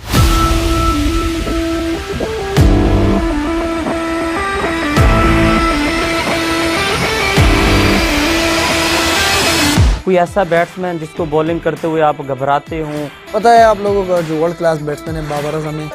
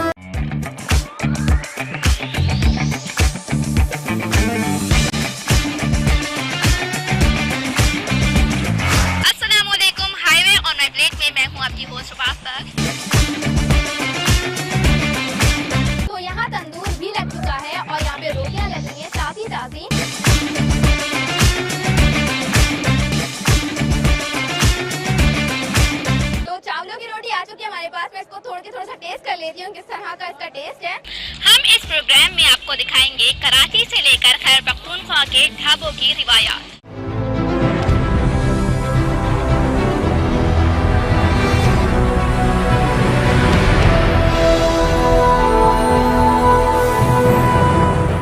I'm Rahila Ahmed. I'm a psychotherapist, a personality coach. We have decided to bring all of those tools and techniques that are scientifically proven. मामा मुझे बहुत ज़्यादा stress हो रही है, मुझे बहुत ज़्यादा tension हो रही है.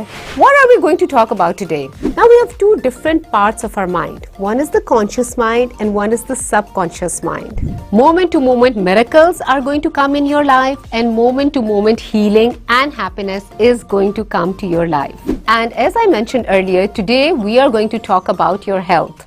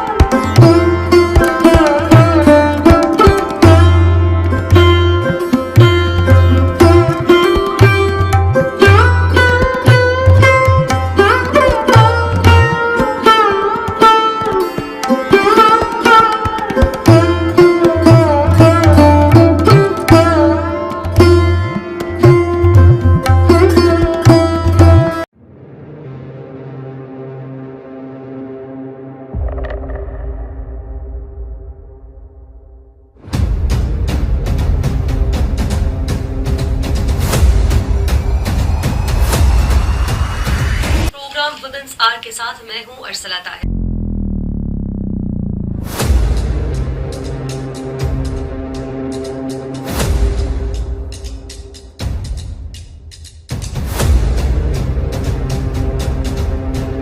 कि वजूद ज़न से है कायनात में रंग।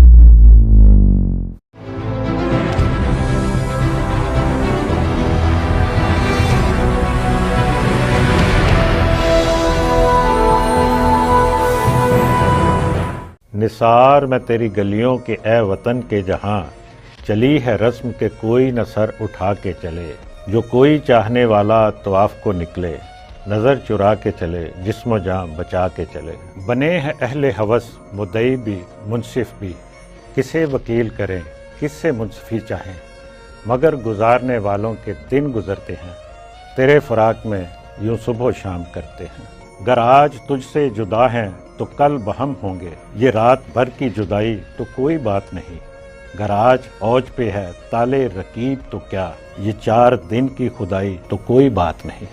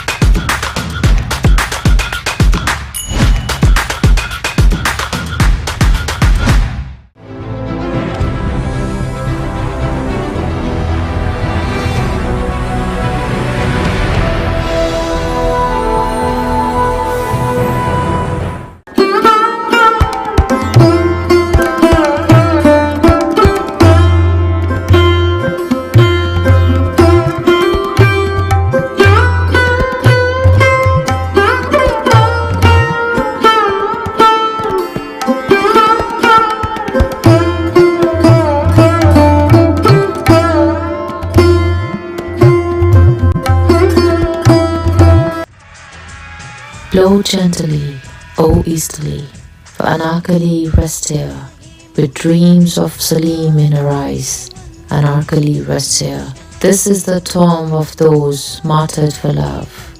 Blow with respect while you're here, O breeze. May you forget, I still remember her story. I still remember the moment when she attracted his eye. Her beauty stood against the Taj. Their love stood up to the regime.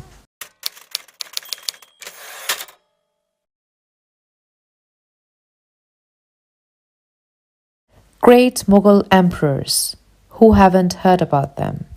Their empire included territories of almost half of the world.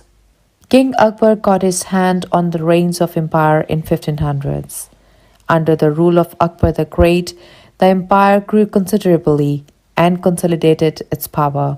It was then considered to be one of the greatest empires of the world at that time. In 1526, the Mughals started proper government rule in the region of the subcontinent. Before that, there were 5 ruling dynasties, including the Slaves, the Khiljis, the Tughlaq, the Sadat, and Lodhis. The Mughals took over rule from the Lodhis. Babur is considered the founder of this dynasty, and he ruled in this region for quite some time. The Mughal era is usually divided into 2 phases. The first phase is that of the great Mughals, which is spread from Babur to the death of Aurangzeb. From Aurangzeb's death in 1707 to the War of Independence in 1857, the phase is called the latter Mughal or the declining Mughals. This way, the rule is divided into 2 distinct parts. The foundation of the empire had long gotten strong until Akbar's era. From Babur, Humayun to Sher Shah Suri's period, Hindustan had been united. Small places were united with Hindustan. The borders of the state in Akbar's rule were spread all across Hindustan. One main reason for this was Akbar's liberal attitude towards religion. He was married into different religions and different communities. He gave everyone a designation in court without any discrimination. This resulted in increased love for him by the masses and helped him become a great emperor. After King Akbar's death, Prince Salim ascended to the throne with the title of Jahangir.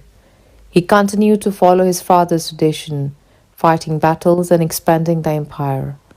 Empire was prospering under his rule, even though he was a great warrior, but by heart a very romantic person. When we probe Mughal history, we get to know that there was no rule of succession. There was not one rule of choosing an heir, and it was always decided by power. Jahangir was lucky that he was the only child of his father. Although we understand Jahangir didn't have great abilities as an administrator, he was a good painter and architect. He had qualities connected with literature, and he also got a very established government. Akbar ruled for 50 years, and his government developed institutions that were very strong and ran well. So it was Jahangir's good luck that he had to carry it on, and even not being such a good administrator, he was able to rule very well for 27 years. Prince Salim's passionate love was an ordinary courtesan, Anarkali. Anarkali came to the subcontinent with a caravan and made her way to Akbar's court because of her beauty. She was Akbar's courtesans, or as we call in Persian, Kanis. On account of her beauty, she was given the name Anarkali, which means pomegranate blossom. Anarkali was like any other fictional character in our history, according to my research. Those were the days when we needed stories. Since there was no other source of entertainment, the only source of entertainment was the Haran storytelling. We know Anarkali as a character. We do not know where she came from or what her origin was. No one knows that yet. From the time the rule of Akbar until 200 years later, Anarkali is not mentioned anywhere. Not in any book, not in any historical source.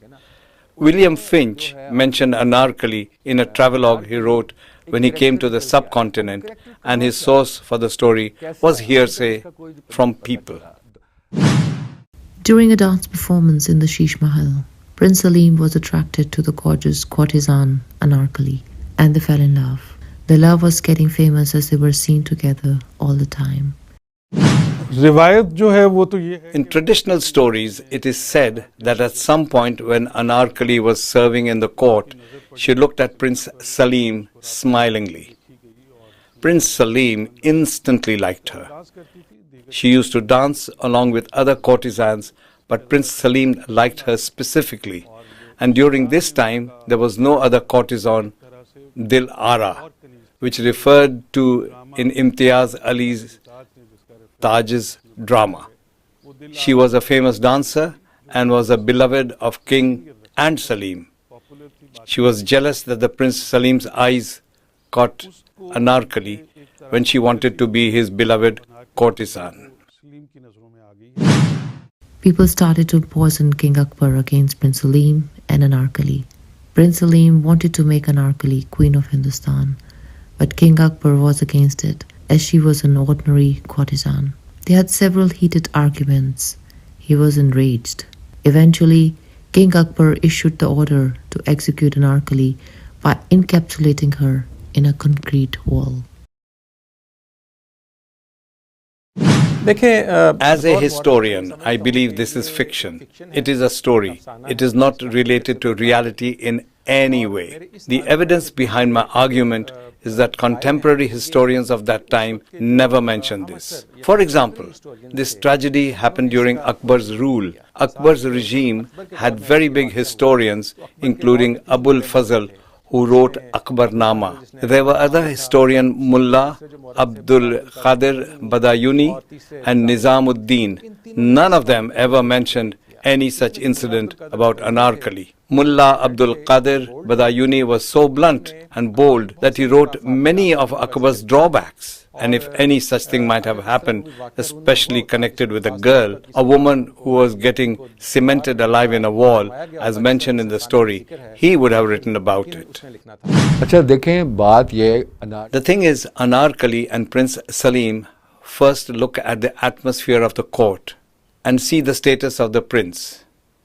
Love, infatuation, or any other courtesan would not mean anything to the prince. The harems were full and plenty of women. So such stories, there are distances between lover and the beloved. They had difficult meeting. The biggest swing in the story is why would there be love or devotion for one courtesan who is within the reach of a prince? Secondly, the story is not mentioned anywhere.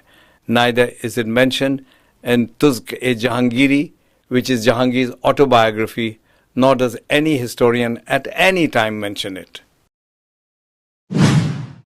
Although Salim and Anarkali are present in the history of the subcontinent, but people still believe it was a fictional story which started as rumors and has passed down generation to generation, while some historians go along with history and evidence of the tomb of Anarkali.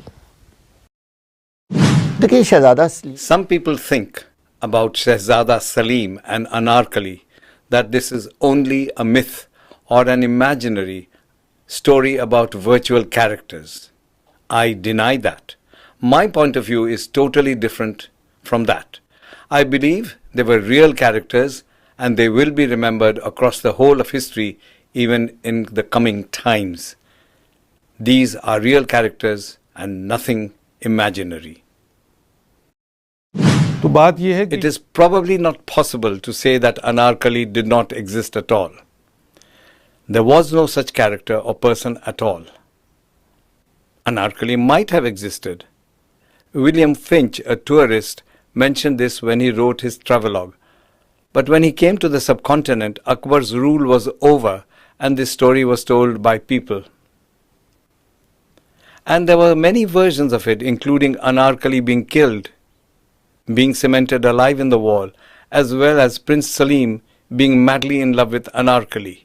But historically, there is no evidence to say that this story, written by Imtiaz Ali Taj, is a true story. Some love stories live on even forever, and some die out. But love remains till eternity, just as the love story of Anarkali and Prince Salim has been immortalized over the passage of time. They became symbols of love. Even today, when people fall in love, they are referred to as Anarkali and Prince Salim. Salim said, with all his love, to his beloved Anarkali, I shall bring the stars for you, if you so wish. I shall abdicate, if you so wish. What winds were they that blew them? Salim is no more, nor is Anarkali, but this tomb bears testimony to their love, of their labor of love. Waiting for the bee lies here the bud of pomegranate tree. Blow gently, blow easterly. Not every memorial of love is a Taj Mahal.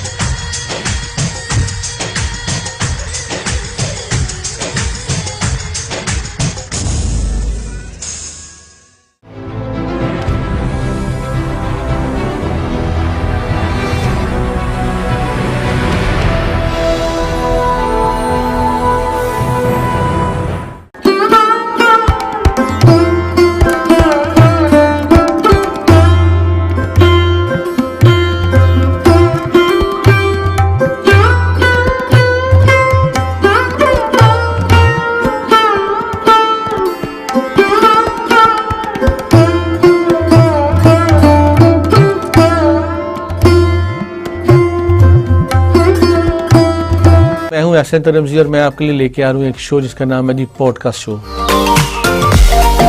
हमारे यहाँ जो anchor जितना चीखती है current affair में, वो उतना famous हो जाती है। चीखने चिल्लाने की जहाँ तक बात है, I don't find it good.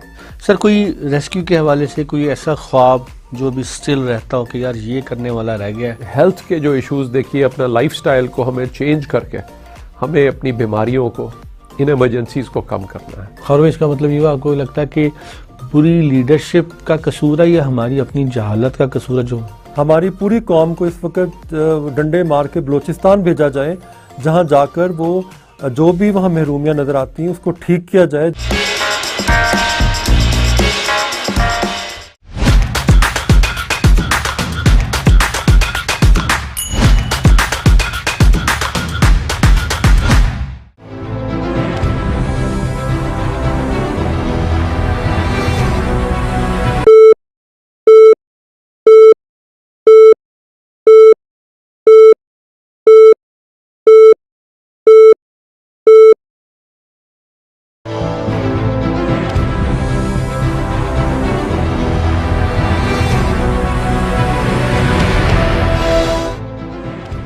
अस्सलामुअलैकुम। साउथ एशिया ग्लोबल टीवी के साथ मैं हूं रूबी राहील। शामिल करेंगे न्यूज हेडलाइंस। गजा जंग बंदी के हवाले से काहिरा में जारी मुज़ाकरात बेनतीजा खत्म। रफा पर हमला जारी रहेगा इसराइल। इंसानियत सोज मजालिम का सिलसिला जारी, दुनिया खामोश। गजा के अल-शिफा अस्पताल से एक और इज्तिमाई खबर दरियाफ्त। वजीर आजम का अपने खिलाफ करप्शन केसेस बंद कराना जुर्म है। फजी के साबिक वजीर आजम को अपने खिलाफ करप्शन केस बंद कराने पर 1 साल की सजा।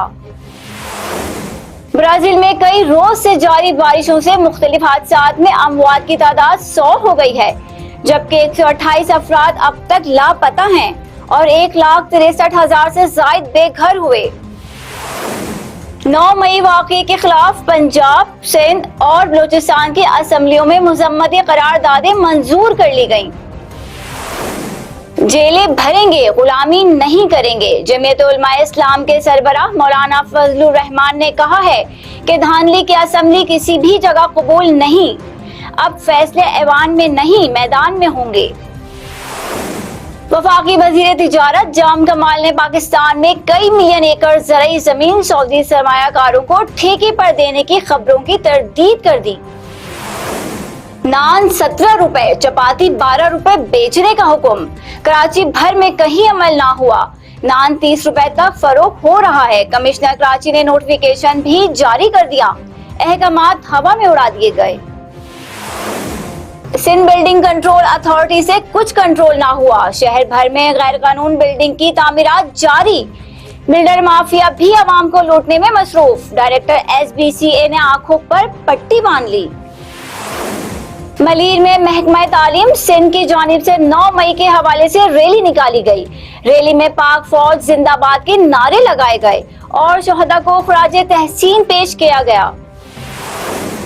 और क्रिकेट बोर्ड की काविश कामयाब, मोहम्मद आमिर को आयरलैंड का वीजा मिल गया। फास्ट बॉलर सीरीज में अपने जौहर दिखाएंगे। हेडलाइंस आपने जानी। न्यूज स्टूडियो से फिल वक्त इतना ही। मजीद खबरों और अपडेट्स के लिए विजिट कीजिए हमारी वेबसाइट sag.tv और इसके अलावा आप हमें YouTube और Facebook पर भी ज्वाइन कर सकते हैं। अपना बहुत ख्याल रखिए। देखते रहिए साउथ एशिया ग्लोबल टीवी।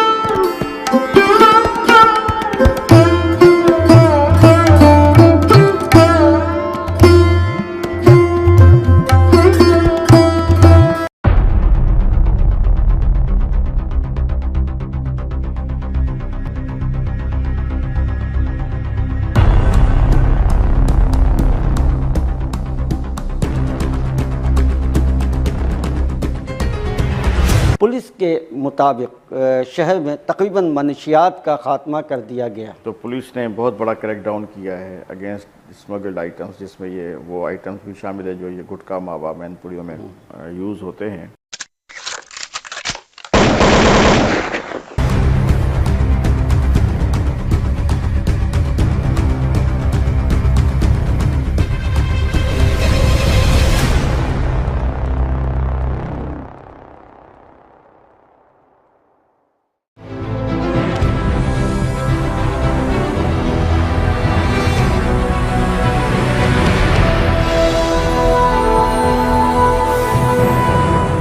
आप कह रहे थे ना कि एंकर्स का डिमांड बढ़ गया। जब ये डिमांड बढ़ी तो क्वालिटी कंप्रोमाइज हुई। सब IMF वाकई इतना बुरा है। जब आप अपनी जेब गर्म कर लेंगे तो फिर कौम के बारे में कैसे सोचेंगे? वो तो एक तरह की दहशतगर्दी हो जाती है ना तालीम के अंदर। जो स्कूल नहीं जा रहे जो बच्चे, उनकी तादाद कई करोड़, सुना 2-2.5 करोड़ से ज्यादा है। अब वो बच्चे जो हैं वो क्या बनेंगे? अगर आप प्रोपेगेंडा कर भी रहे हैं तो उसको प्रोपेगेंडा लगना नहीं चाहिए। तरबियत में कहीं ट्रेनिंग में कमी होती है, जो पता चल जाता है कि जी कि ये क्या लॉबिंग कर रहे हैं।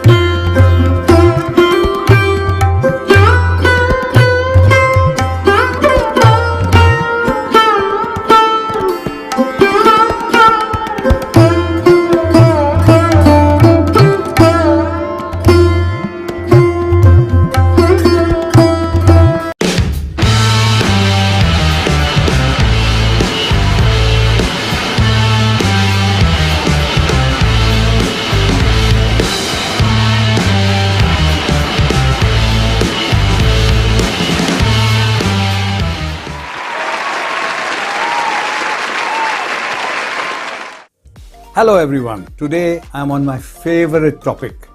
The topic is students, learning, knowledge, and that is life.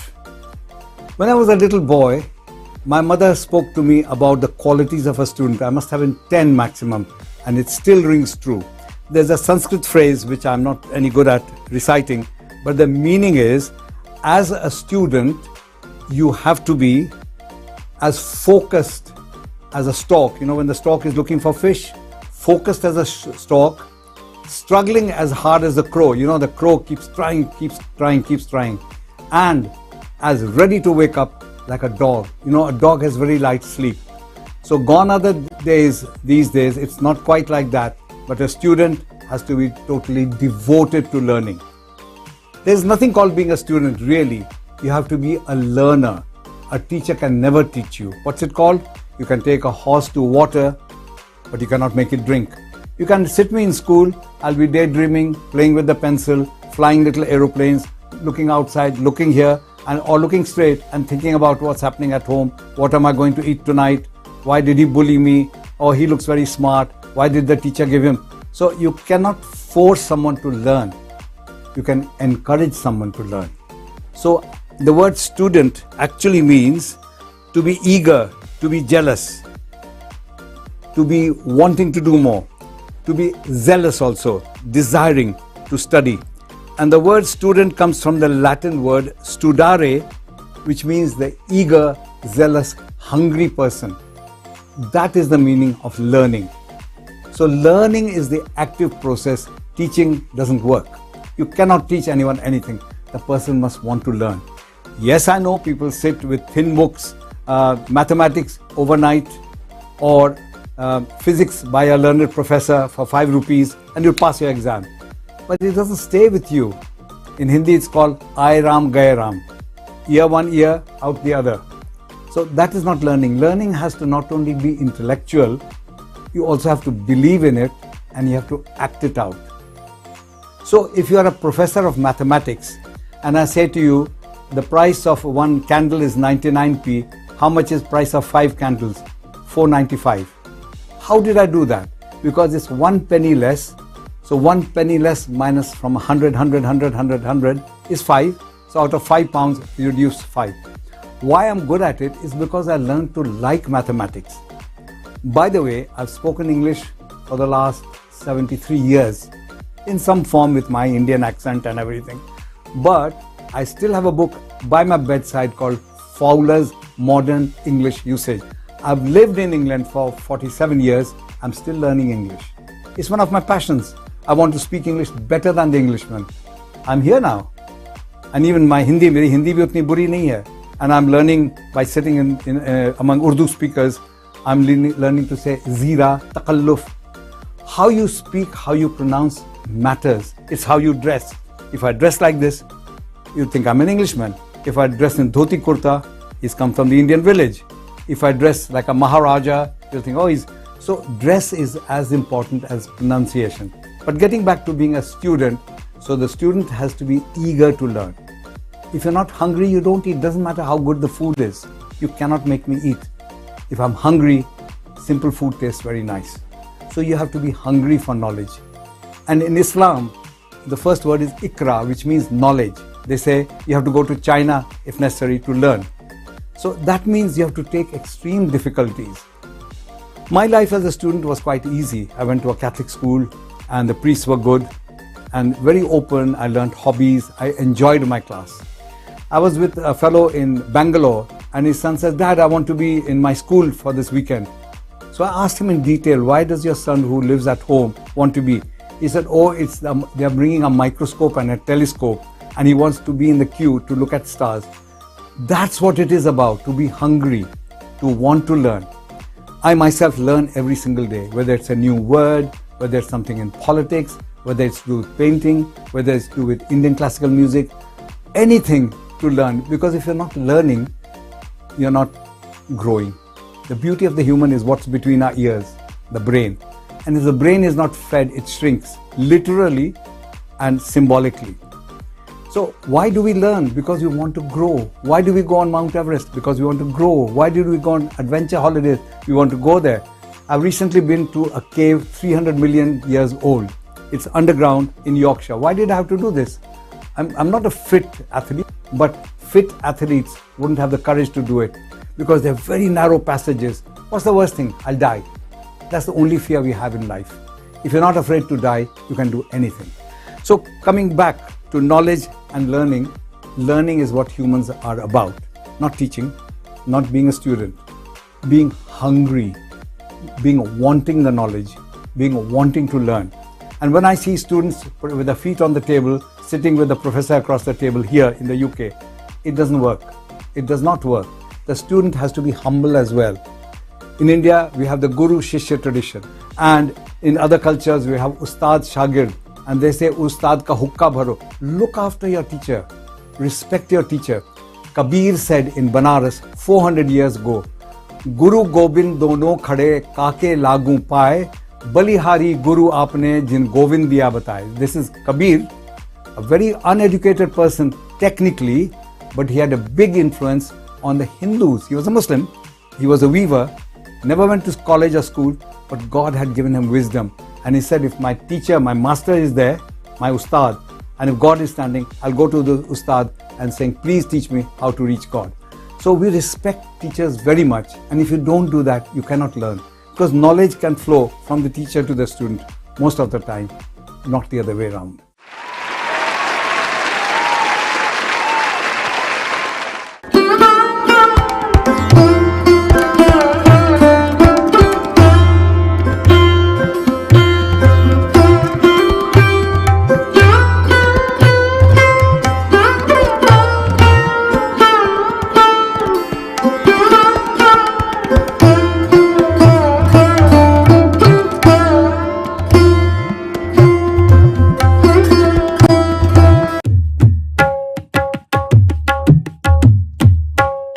खोल कर आंख मेरे आईने गुफ्तार में आने वाले दौर की एक धुंधली तस्वीर देख, सितारों की चाल या चाल का मुस्तकबिल, और बहुत कुछ जानने के लिए देखिए प्रोग्राम आज का कल, सिर्फ साउथ एशिया ग्लोबल टीवी पर।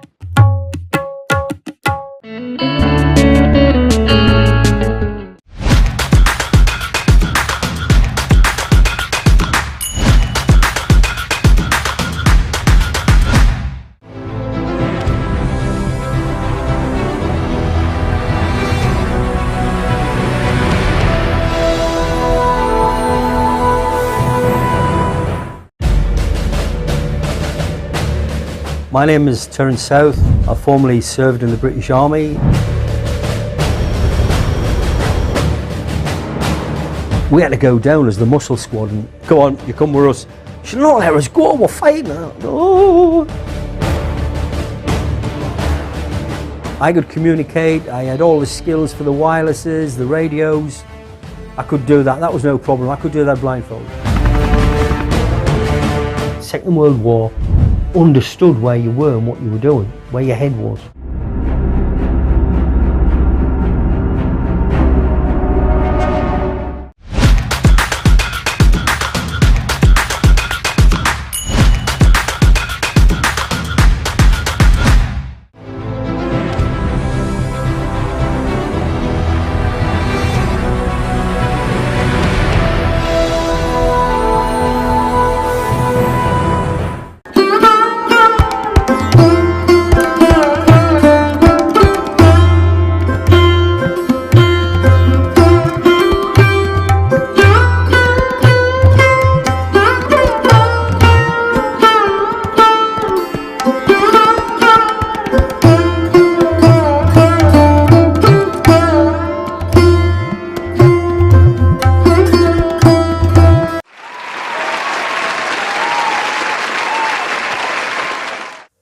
Did you know that the first university in the world with 5,000 teachers and 20,000 students, do you know where it started? It's near Rawalpindi. It's in Takshila, Taxila, Takshila, the first university in the world, 3,000 years old. So knowledge is very important. People traveled all those. They didn't have telephones, they didn't have wireless, they didn't have Facebook, they didn't have WhatsApp, they hardly had paper. And at that time they used to write on copper and so on. So, and people came from China, people came from Iran to learn there in Takshila. Now, the qualities of a student I was telling you, let me say it in English. First is curiosity. as a medical student, I wanted to learn how the heart flickers. So I had a frog's heart, and you'll put one drop and the speed goes up with adrenaline. And the same thing happens in human beings. So you have to have that thirst for knowledge. The second quality is diligence. If you take a topic, stay with it, stay with it, stay with it till you learn enough and you're sick and leave. Perseverance. Doesn't matter if the book is not in the library. You can't find it anywhere. If you keep looking, it'll appear. One day the maker will give it to you. Another quality is discipline. If you're sitting learning in the library, you can't say, I'll go for a bottle of Coke now. Oh, I'm feeling hungry. There's no point doing it. You have to be totally diligent about it. Another word is creativity. Sometimes somebody will teach you. Sometimes today you can learn from the internet. So there's many ways of learning. But there's another thing about learning that most people don't talk about. It's called unlearning. If I have got a knowledge, for instance, you say nothing travels faster than the speed of light. Wrong. They have proven that you can go faster than light. At one time, they thought the world was flat. Wrong. We now know it's round. So you have to let go of the past and keep looking at today and tomorrow. That is what research is about. The word research means moving on. And our belief systems about science, about arts also moves on. So you have to let go of the past knowledge and take on fresh knowledge. Update yourself. And if you're doing that, you'll be a happier soul. You'll be looking at the world through fresh and broader eyes and enjoy more things.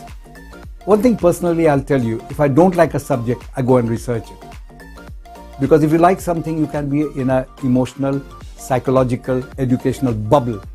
You know one subject very well, but if you meet people, you can only talk about that, like a professor in one subject. Nothing wrong with knowing one subject deeply, but you need some width of knowledge. So I've told you the qualities of our students. I'll repeat: curiosity, diligence, perseverance, disciplines, creativity. These 5, but I'll add unlearning the past. I could talk about formal education. I've already mentioned Takshila. And that was the proper university. And by the way, there was no student fees. Everything was taught free. Because knowledge is very important. Knowledge is what humans are different from monkeys, elephants. They also learn. The idea that humans are the only intelligent beings is not correct. They are good in other fields. Bees, do you know that bees dance to tell the other bees where the honey is? They are giving them the GPS of where the flowers and therefore honey to be nurtured is. So they give the message. And did you know that when swans fly, the swan in the front works very hard. And if a swan is ill, it starts weakening, a second swan goes down with it. Where did they learn to be compassionate? It's all fact, you know. And then when they are better, they join another group and fly together. So we have a lot to learn from animals too. There's a lot we teach them, but there's a lot they can teach us. Or look at children. In our own species, children have a lot to teach us. They are pure-minded. They get angry for a few minutes and they're fine again. Look at a dog. Someone who kicks his pet dog, the dog still forgives and loves them. There is a very famous story about Japan. There was a professor who had a pet dog. He was a single guy. He would take the dog to the railway station, tie it there, leave some food, go and work in the university, come back, take the dog home. One day, the professor unfortunately died in the university. And the dog waited and waited, and the station master could see this. The station master found out. And that dog has now died, obviously, but they have erected a statue. It's about learning from animals, about loyalty. All of you who have pets know how quickly they learn. But the learning of animals is a bit simple. You have heard about the Pavlov dog, where you ring a bell when you give it food. You ring a bell, you give it food. You don't give it food and you ring a bell, the dog will still salivate. This is conditioned learning, means it's a reflex. So when I drive a car, I don't think, oh, that's the steering wheel, oh, that's the brake, oh, that's the clutch. It becomes automatic. So learning should be such that ordinary things stay in the back of the mind, and the special things is what you have to focus on. So when I'm driving, I've got the GPS on, so it tells me turn left and right, even when I know the road. Because my mind is distracted, I'm thinking. If I'm focusing on the road, I become stressed and I'll drive worse. but my senses all alert. I'm seeing from the corner of the eye, I'm listening for any signs, I'm watching a bus and a child beyond it. If it's a school bus, a child may run across, and so on. So you learn a lot more about how to do things when you can do it subconsciously.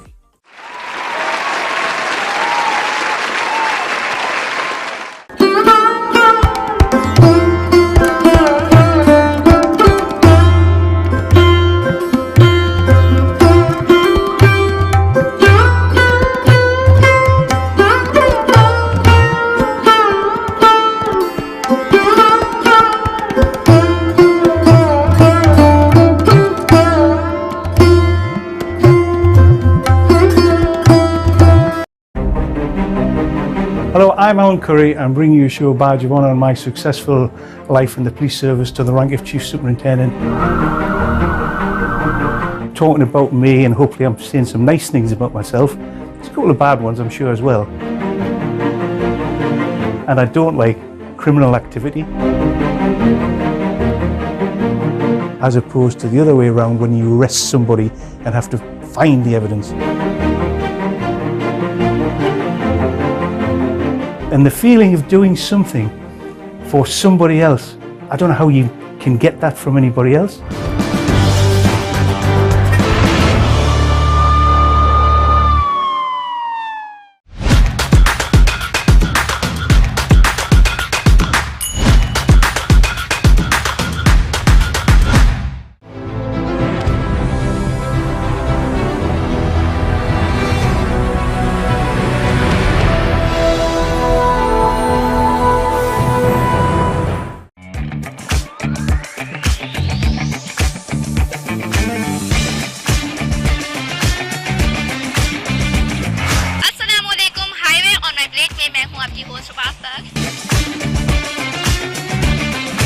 तो यहाँ तंदूर भी लग चुका है और यहाँ पे रोटियाँ लग रही हैं ताज़ी ताज़ी।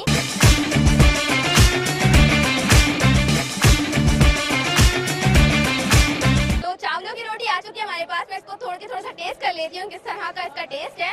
हम इस प्रोग्राम में आपको दिखाएंगे कराची से लेकर खैर पख्तूनख्वा के ढाबों की रिवायात।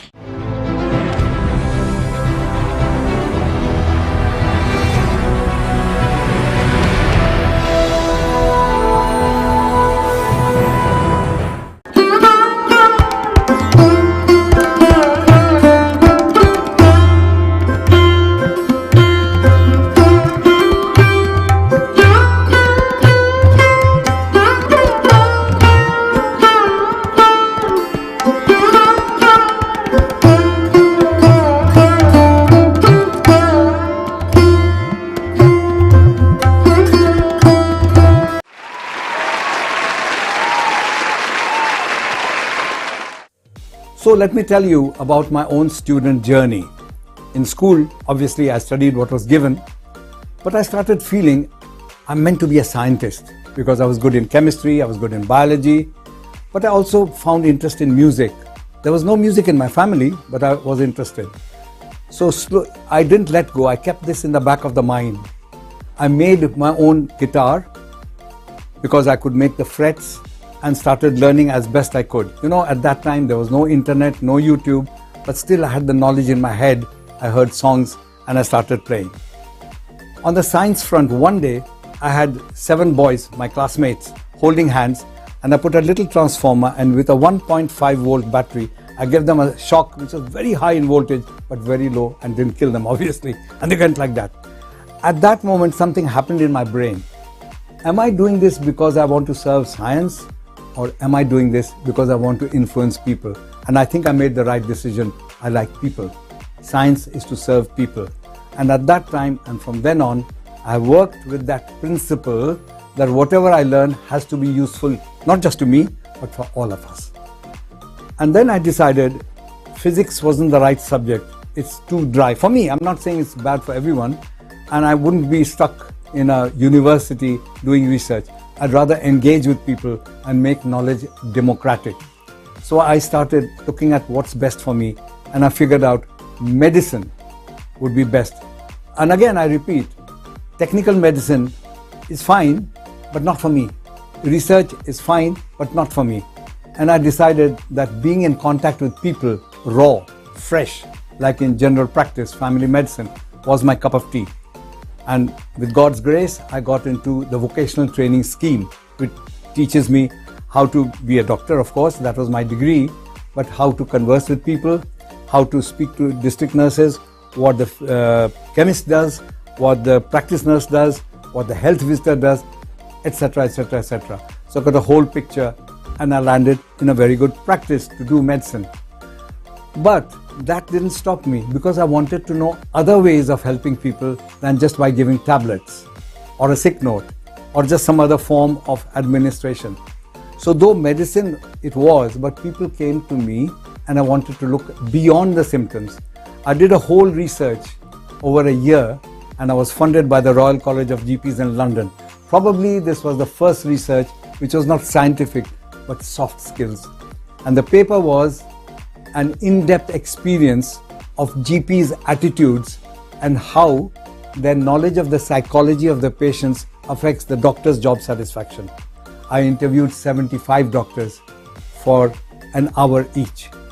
And I couldn't afford to do any further studies, but that completely proved that if you're interested in the human, apart from the symptom that they're giving you, you get a much bigger reach. Because somebody might come with a black spot and it's because their wife said, oh, you better get it checked, could be cancer. Or they're genuinely concerned, it could be cancer. And if I don't say, look, it's not cancer, but if you're worried, I'll get a hospital test. So there came a time when I realized I had to learn the soft skills properly, which is not taught in medical school anywhere. So I went to Durham University for 2 years part-time and did a diploma in counseling. And my interest in medicine took me into all manners of healing, whether it's acupuncture, homeopathy, retinopathy, or any form that teaches you, a human being, to relax. Healing of any sort. So anything that gets a human being better was of interest to me because nobody else does it. In fact, I presented a whole case called Arts in Health, in which I got musicians. We measured brain waves to show how the two halves of the brain calms down. The Arts Council of England gave me £3,500 to buy equipment called Mind Mirror, which measures the electric waves of the brain, which is quite complicated, but it shows the two halves. And when the two halves match, that means you're in unison and you're prepared to learn. And I found definitely that when people are singing or praying, the two halves of the brain become unison. So it's like saying the whole team is working together in unison. Otherwise, the mind is thinking one thing, the mouth is saying something else, and your activity is third, which I keep telling you doesn't work. So the whole mind, body, spirit has to be one. And I think in medicine, my old profession, it is very important to gel with the patient, to understand them, to change the vocabulary. If you're talking to a child, you use different words. If you're talking to a university professor, if you're talking to a doctor, the vocabulary changes, the ideas change, and you have to fit in that person at that time. So I hope I'm trying to show you that it's constant learning, and I'm still learning. Every day I'm learning something new, and my curiosity hasn't gone, my diligence hasn't gone, my concentration hasn't gone, and my ability to look forward and change the old idea, throw it away, hasn't gone. And that is why I feel I'm able to give you something from my own life experience, as I promised in this part. So all I have to say to you is, for human beings, it is very important. In fact, it is critical. If you want to stay happy, you need to learn something every day. It's not enough just to stay alive. To live, you have to live amongst people, you have to mix with people, you have to share, you have to give what you can, and they give you what they can. And that is what I feel life is about, because life is about growing physically, mentally, emotionally, and as a learner. So that's all for today. See you next week with another topic. Thank you.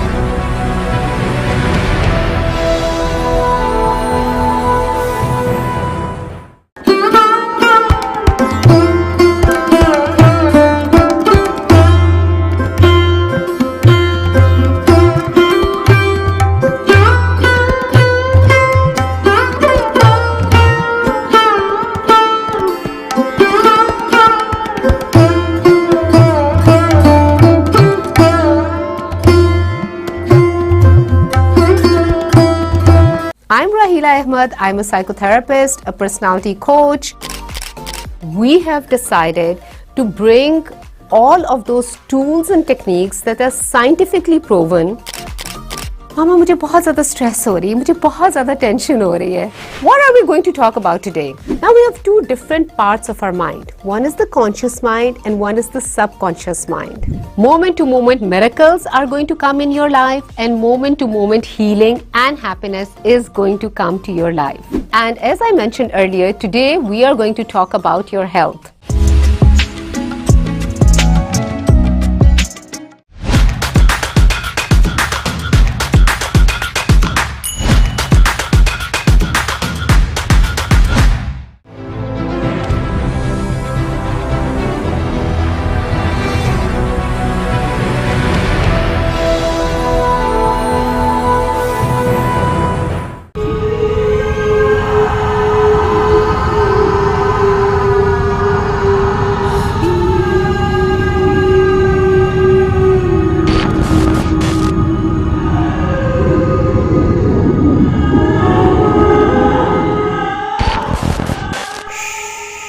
Allahu, Allahu, Allahu, Allah, Allahu, Allahu, Allahu, Allah, Allahu, Allahu, Allahu, Allah, Allahu, Allahu, Allahu, Allah.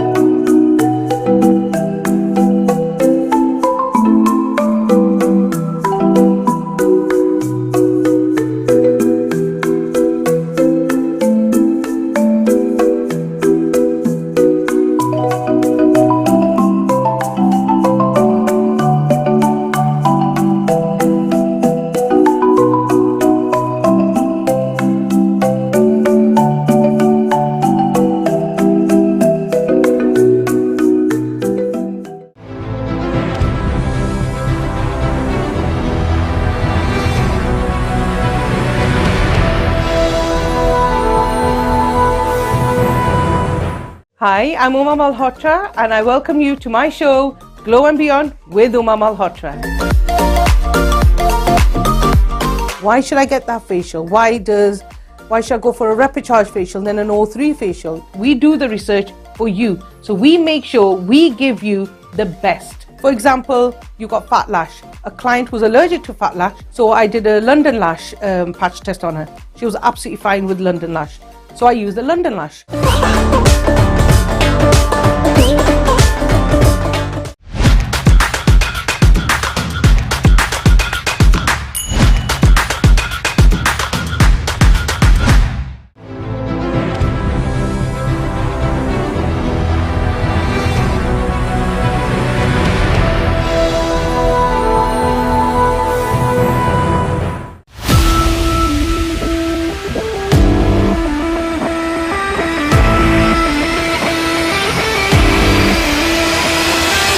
Programme sports 360 के साथ मैं हूं आपका host Tauqeer बाखरी।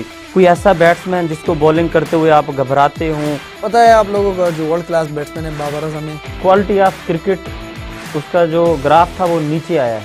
देखिए खान साहब prime minister थे, cricketer भी रहे हैं, लेकिन वो ऑर्गेनाइजर नहीं रहे, उसने कभी एक क्लब नहीं चलाया। बाबर को आप कहाँ पे रेट करते हैं? मतलब he is a world class batsman, एक बच्चा है जो कि पूरी दुनिया से मुकाबला करता है हमारे लिए।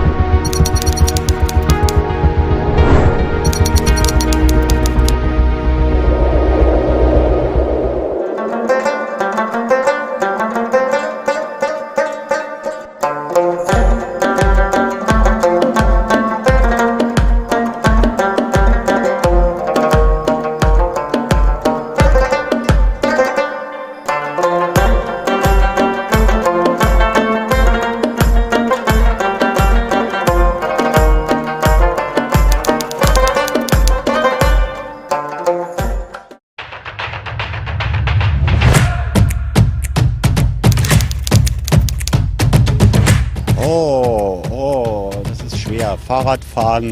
हमारी पूरी कौम को इस वक्त डंडे मार के बलोचिस्तान भेजा जाए। बहुत बढ़िया। तरबियत में कहीं ट्रेनिंग में कमी होती है। ये जो फौरन वाला काम ठीक नहीं होता। Ils ont encore un petit peu de boulot, mais ça va. Ils sont gentils, ils sont amoureux, c'est...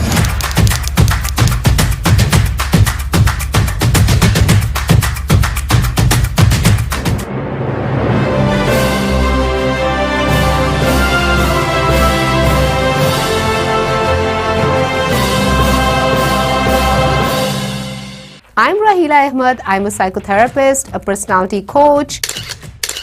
Hi, I'm Uma Malhotra, and I welcome you to my show, Glow and Beyond with Uma Malhotra. Hello, welcome to Yesterday, Today and Tomorrow here on South Asia Global Television with me, Robin Ashby. Programme है जमत अफरीक और मैं हूं Amjad Iqbal. Hello and welcome to Business ABC. कि जी क्या हमें कोई इकोनॉमिक सेलिब्रेशन मुआशी निजात भी मिलेगी कि नहीं? देखिए जो सियासत है ना वो ख्वाबों की तजारत है। जो एंकर जितना चीखती है वो उतना फेमस हो जाती है। चीखने चिल्लाने की जहाँ तक बात है, I don't find it good.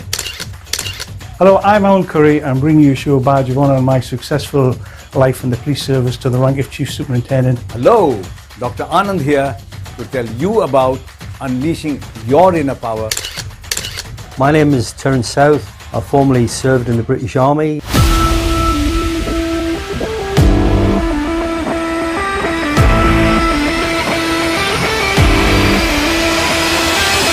कोई ऐसा बैट्समैन जिसको बॉलिंग करते हुए आप घबराते हो? पता है आप लोगों का जो वर्ल्ड क्लास बैट्समैन है बाबर आजम।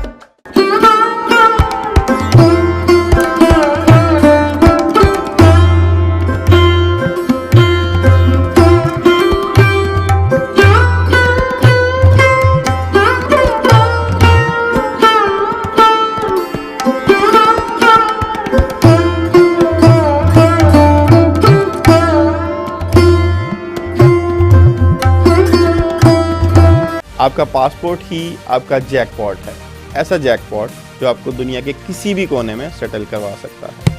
हम आपको गाइड भी करेंगे और एजुकेट भी करेंगे लेटेस्ट इमिग्रेशन पॉलिसीज़ के हवाले से। और इसके लिए आप देखते रहिए programme shuttle around the world only on South Asia glow.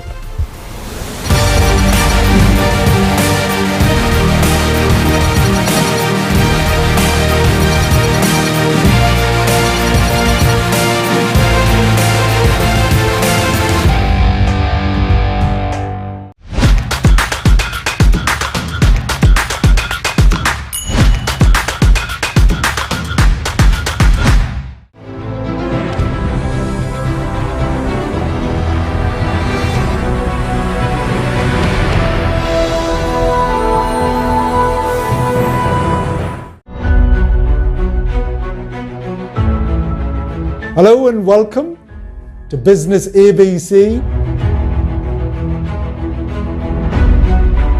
But the number one reason why businesses fail, whether they are starting or scaling or growing, is because of money. And when you go to them with an idea, they will always go, "Oh, great idea. Oh, बहुत बढ़िया." The best businesses either fix something or they make them better. Where it's legal or where it's contract, take your time.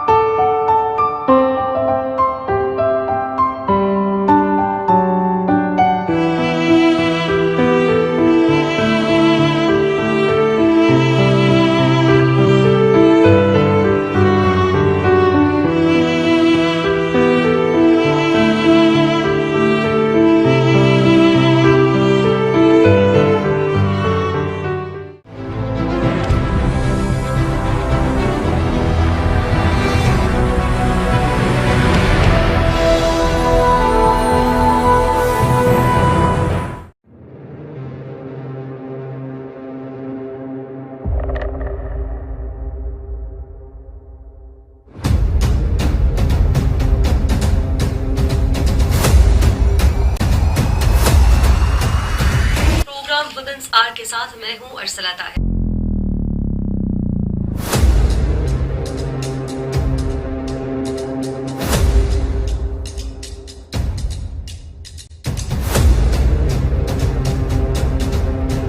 कि वजूद जन से है कायनात में रंग।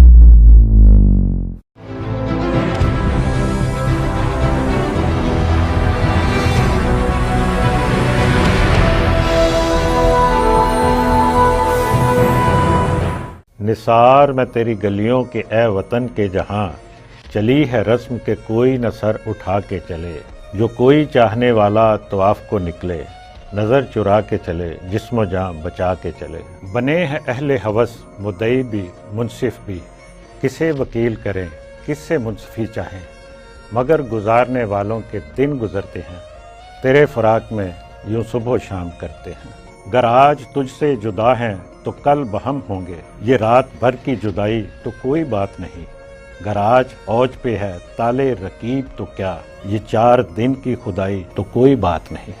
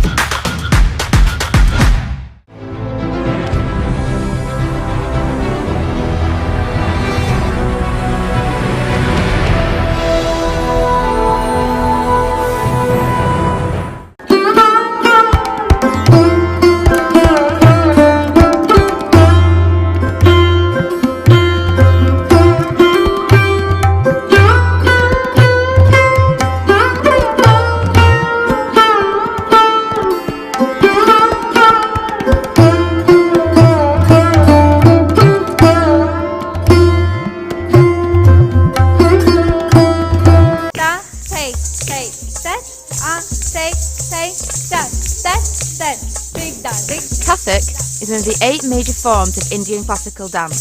It is considered the finest and most beautiful form of this art. These forms are really ancient. For instance, Kathak is about 2,500 years old. Now, you might ask, what is the meaning of the word Kathak? Kathak comes from the Sanskrit word katha, which means storytelling. So, this dance form, which is ancient, is about telling a story.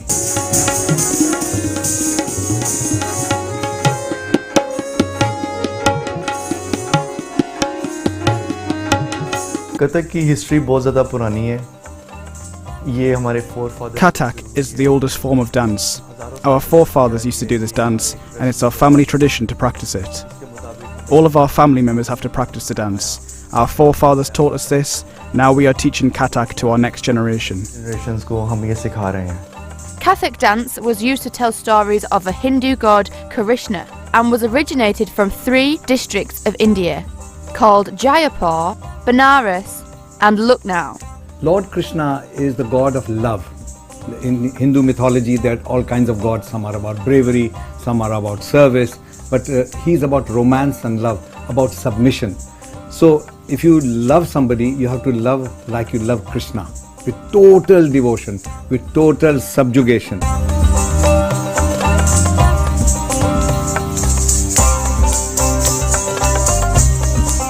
In Kathak, the expressions are most important part and it is called rasa. So there are 9 types of expressions mentioned in Natya Shastra written by Bharat Muni. So the rasas are Shrungara Veera Karuna, Adbhuta Hasya Bhayanaka, Bibhatsa Raudrau Shantascha, Kavye Navarasa Mataha. So the dancer has to implement every single rasa by dancing. Over time, Persian and Central Asian themes, such as the whirling of Sufi styles, were added to the Kathak. A good Kathak dancer is the one who is successful in expressing the spiritual ideas of their movements. This also expanded to go into places like Iran, Persia as it was called then, and it became connected with Sufism, which is a spiritual form of Islam, a very, very ancient Sufi form, which is not about ritual practices but about submission to God. Khusro बाजी प्रेम की जो मैं खेली P के संग, जीती तो भई पिया मोरे, हारी तो dance is an art. Such an art should be preserved in its purest form. But unfortunately, it is not given its due importance in this modern era, whereas it is the oldest form of dance, which tells a story in a language that words can never do. People are in a hurry for entertainment. This is not about entertainment, this is about spiritual practice, this is about Sufism. And sadly, those things are going as we get more and more materialist. I'm very sorry to say that.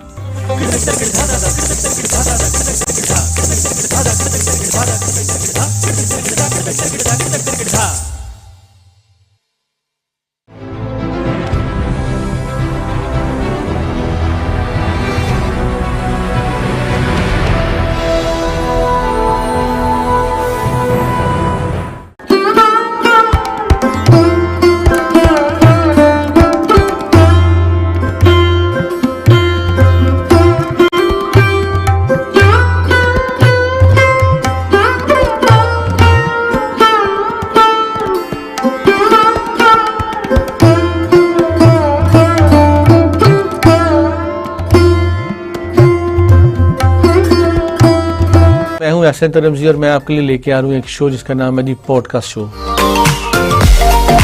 हमारे यहाँ जो anchor जितना चीखती है current affair में वो उतना famous हो जाती है। चीखने चलाने की जहाँ तक बात है, I think I don't find it good. Sir, कोई रेस्क्यू के हवाले से कोई ऐसा ख्वाब जो भी स्टिल रहता हो कि यार ये करने वाला रह गया है? हेल्थ के जो इश्यूज देखिए, अपना लाइफस्टाइल को हमें चेंज करके हमें अपनी बीमारियों को, इन इमरजेंसीज को कम करना है। और इसका मतलब ये आपको लगता है कि पूरी लीडरशिप का कसूर है या हमारी अपनी जहालत का कसूर है? जो हमारी पूरी कौम को इस वक्त डंडे मार के बलोचिस्तान भेजा जाए, जहां जाकर वो जो भी वहां महरूमियां नजर आती हैं उसको ठीक किया जाए।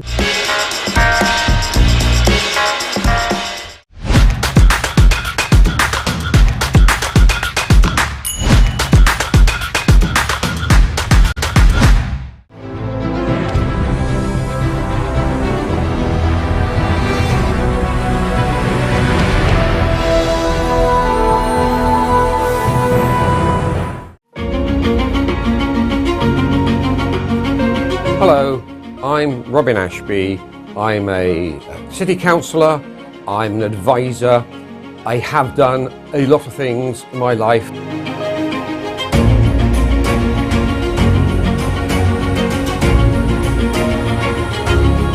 Mixed some hot Chileans, cool Jamaicans, Dominicans, Trinidadians and Bajans, with some Ethiopians, Chinese, Vietnamese and Sudanese.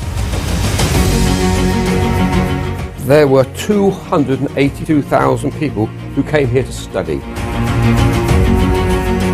We can absolutely understand that first generation come here and they're in a strange land where they have to learn new customs and it's cold as well.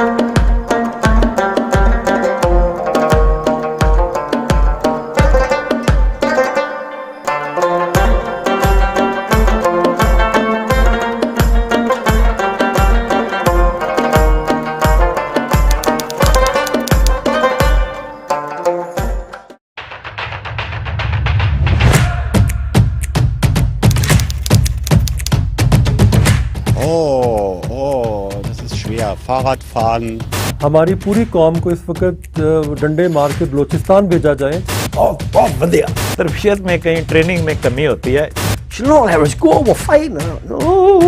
ये जो foreign वाला काम ठीक नहीं होता।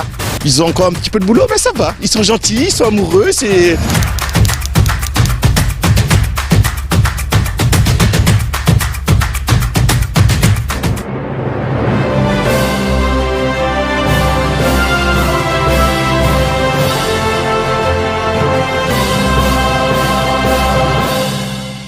I'm Rahila Ahmed. I'm a psychotherapist, a personality coach.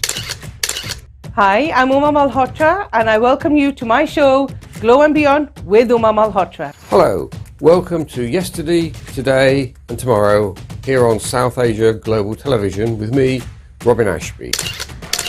Programme है जमत अफरीक और मैं हूं Amjad Iqbal. Hello and welcome to business ABC। कि जी क्या हमें कोई इकोनॉमिक सेलिब्रेशन मुआशी निजात भी मिलेगी कि नहीं? देखिए जो सियासत है ना वो ख्वाबों की तजारत है। जो एंकर जितना चीखती है वो उतना फेमस हो जाती है। चीखने चिल्लाने की जहाँ तक बात है, I think I don't find it good. Hello, I'm Alan Curry. I'm bringing you to a badge of honour on my successful life in the police service to the rank of Chief Superintendent. Hello, Dr. Anand here to tell you about unleashing your inner power. My name is Terence South. I formerly served in the British Army.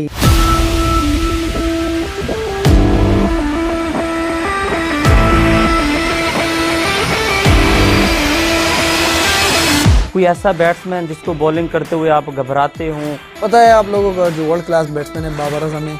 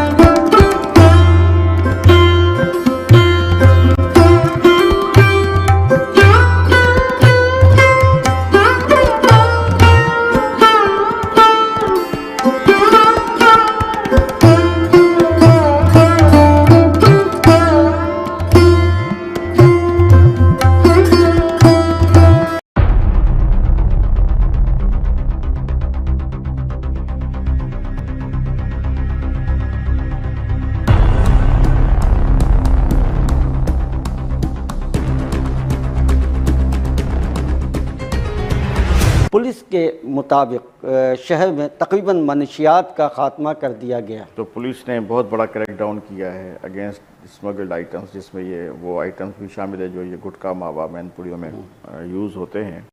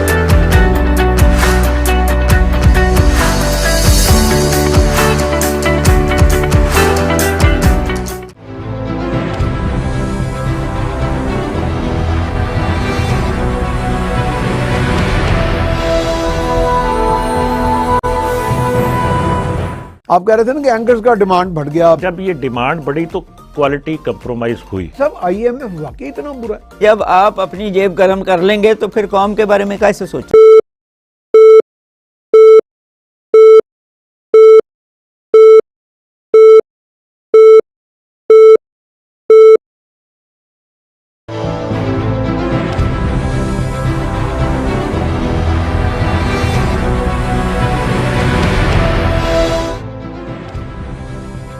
अस्सलामुअलैकुम। South Asia global TV के साथ मैं हूं Ruby राही और मैं हूं करीजुल and शामिल करेंगे न्यूज हेडलाइंस।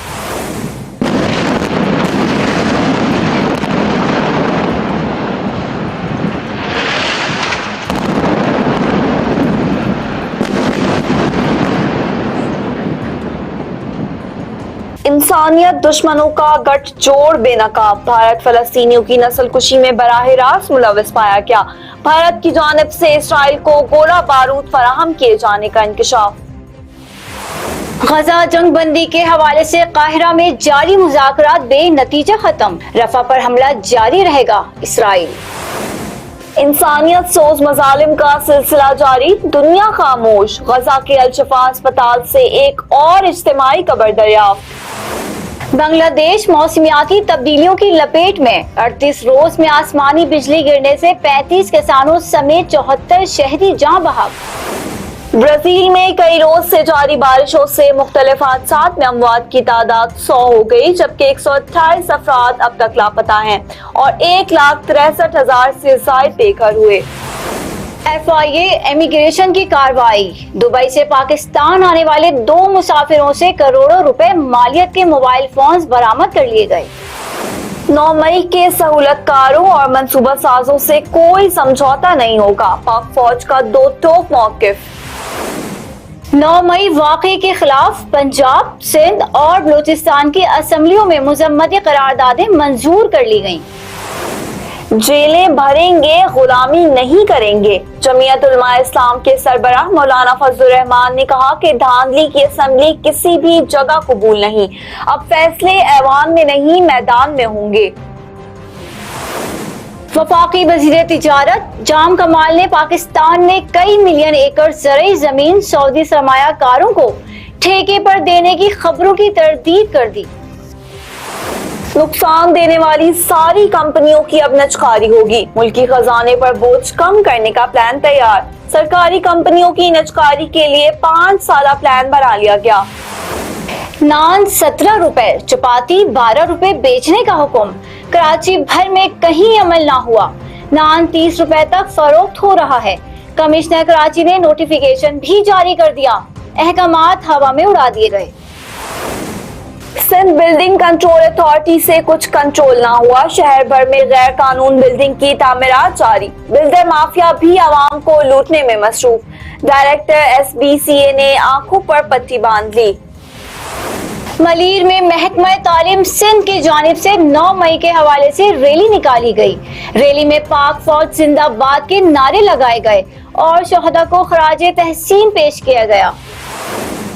और क्रिकेट बोर्ड की काविशें कामयाब। मोहम्मद आमिर को आयरलैंड का वीजा मिल गया। फास्ट बॉलर सीरीज में अपने जौहर दिखाएंगे। हेडलाइंस आपने जानी, बुलेटिन में शामिल करेंगे अब तक की अहम खबरें। गजा जंगबंदी के हवाले से काहिरा में जारी मुज़ाकरात बेनतीजा खत्म। रफा पर हमला जारी रहेगा इसराइल।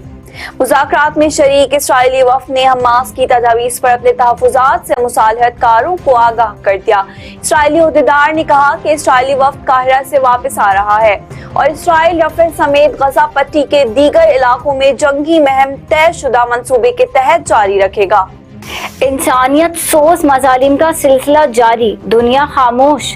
गजा के अल-शिफा अस्पताल से एक और इज्तिमाई कब्र दरियाफ्त। इमदादी कारकुनों ने गजा के अल-शिफा अस्पताल में एक और इज्तिमाई कब्र दरियाफ्त की है।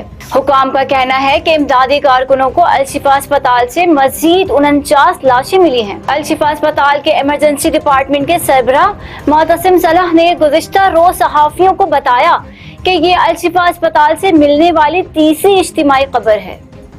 इंसानियत दुश्मनों का गठजोड़ बेनकाब। भारत फलस्तीनियों की नस्लकुशी में बराह रास्त मुलविस पाया गया। भारत आलमी अमन अमान की सूरत हाल को खराब करने के लिए दहशतगर्दी में पेश रहा, जिसके शवाहिद और रिपोर्ट्स मुख्तलिफ औकात में मंजर-ए-आम पर आते रहते हैं। जबकि भारत इसराइल के हाथों फलस्तीनियों की नस्लकुशी में भी बराह रास्त शामिल है। जनवरी 2024 में भारतीय दिफाई कंपनी म्यूनिशंस इंडिया लिमिटेड की जानिब से इसराइल को गोला बारूद और धमाका खेज मवाद फराहम किया गया। बांग्लादेश मौसमियाती तब्दीलियों की लपेट में। 38 रोज में आसमानी बिजली गिरने से 35 किसानों समेत 74 शहरी जान बहक। सेओदा सोसाइटी और थंडरस्टॉर्म अवेयरनेस फोरम ने रिपोर्ट में बताया कि मई के इब्तिदाई 8 रोज के दौरान बिजली गिरने से 43 अफराद जान बहक हुए और अप्रैल में 31 अफराद आसमानी बिजली गिरने से अपनी जान खो बैठे थे। रमा माह के इब्तिदाई दिनों के दौरान आसमानी बिजली गिरने से 11 अफराद जान बहक और 9 जख्मी हो गए। ब्राजील बारिशों से सड़कें तबाह, लैंडस्लाइडिंग का खदशा। ब्राजील में कई रोज से जारी बारिशों से मुख्तलिफ हादसात में अमवात की तादाद 100 हो गई है, जबकि 128 अफराद अब तक लापता हैं और 1,63,000 से जायद बेघर हुए। ब्राजील में सैलाब से सड़कें तबाह हो गईं और मुतअद्दिद पुल भी टूट गए, जबकि डैमों को भी नुकसान पहुंचा। FIA इमिग्रेशन की कार्रवाई। दुबई से पाकिस्तान आने वाले 2 मुसाफिरों से करोड़ों रुपए मालियत के मोबाइल फोन्स बरामद कर लिए गए। FIA इमिग्रेशन ने इस्लामाबाद एयरपोर्ट पर कार्रवाई की, जिसमें बैरून मुल्क से पाकिस्तान आने वाले 2 मुसाफिरों को गिरफ्तार करके करोड़ों रुपए मालियत के मोबाइल फोन्स बरामद कर लिए गए हैं। मुलजिमान बाबर अयूब और Mohammad Salman flight number PK 234 के जरिए दुबई से पाकिस्तान पहुंचे थे, जिन्हें गिरफ्तार कर लिया गया है। ट्रैवल हिस्ट्री के मुताबिक मुलजिमान ने गुज़िश्ता कुछ हफ्तों के दौरान मुतादिद बार बैरून मुल्क सफर किया, जिस पर शक की बुनियाद पर सामान की तलाशी ली गई। 9 मई के सहूलतकारों और मनसूबा साजों से कोई समझौता नहीं होगा, पाक फौज का 2 टोक मौक़िफ़। पाक फौज के शोबा ताल्लुकात आमा ISPR ने कहा है कि सानिया 9 मई यौम स्याह पर अफवाज पाकिस्तान का मौक़िफ़ बिल्कुल वाज़ेह है। पाकिस्तान की मुस्लिह अफवाज chairman joint chief of staff committee और सर्विसेज चीफ सानिया 9 मई पर होने वाले मुजरिमाना कार्रवाइयों की शदीद मुज़म्मत करते हैं। तर्जुमान के मुताबिक हमारी कौमी तारीख के सियासी तौर पर मुहर्रिक और ब्रेन वॉश शरपसंदों ने एक बगावत की और जानबूझकर रियासती इदारों के खिलाफ तशद्दुद का सहारा लिया। इन शरपसंद अनासर ने जानबूझकर रियासत की मुकद्दस अलामतों और कौमी विरसे से ताल्लुक रखने वाले मुकामात की तोड़फोड़ की, जिसका मकसद मुल्क में खुद साख्ता और तंग नजर इनकलाब लाने की नाकाम कोशिश थी। 9 मई वाक़े के खिलाफ पंजाब, सिंध और बलूचिस्तान की असम्बलियों में मुसम्मती करारदादें मंजूर कर ली गयी। पंजाब असम्बली ने सानिया 9 मई को शरपसंद अनासिर और एक जमात की साजिश करार देते हुए जिम्मेदारों और मनसूबा साजों के खिलाफ कार्रवाई की मुसम्मती करारदाद मंजूर की।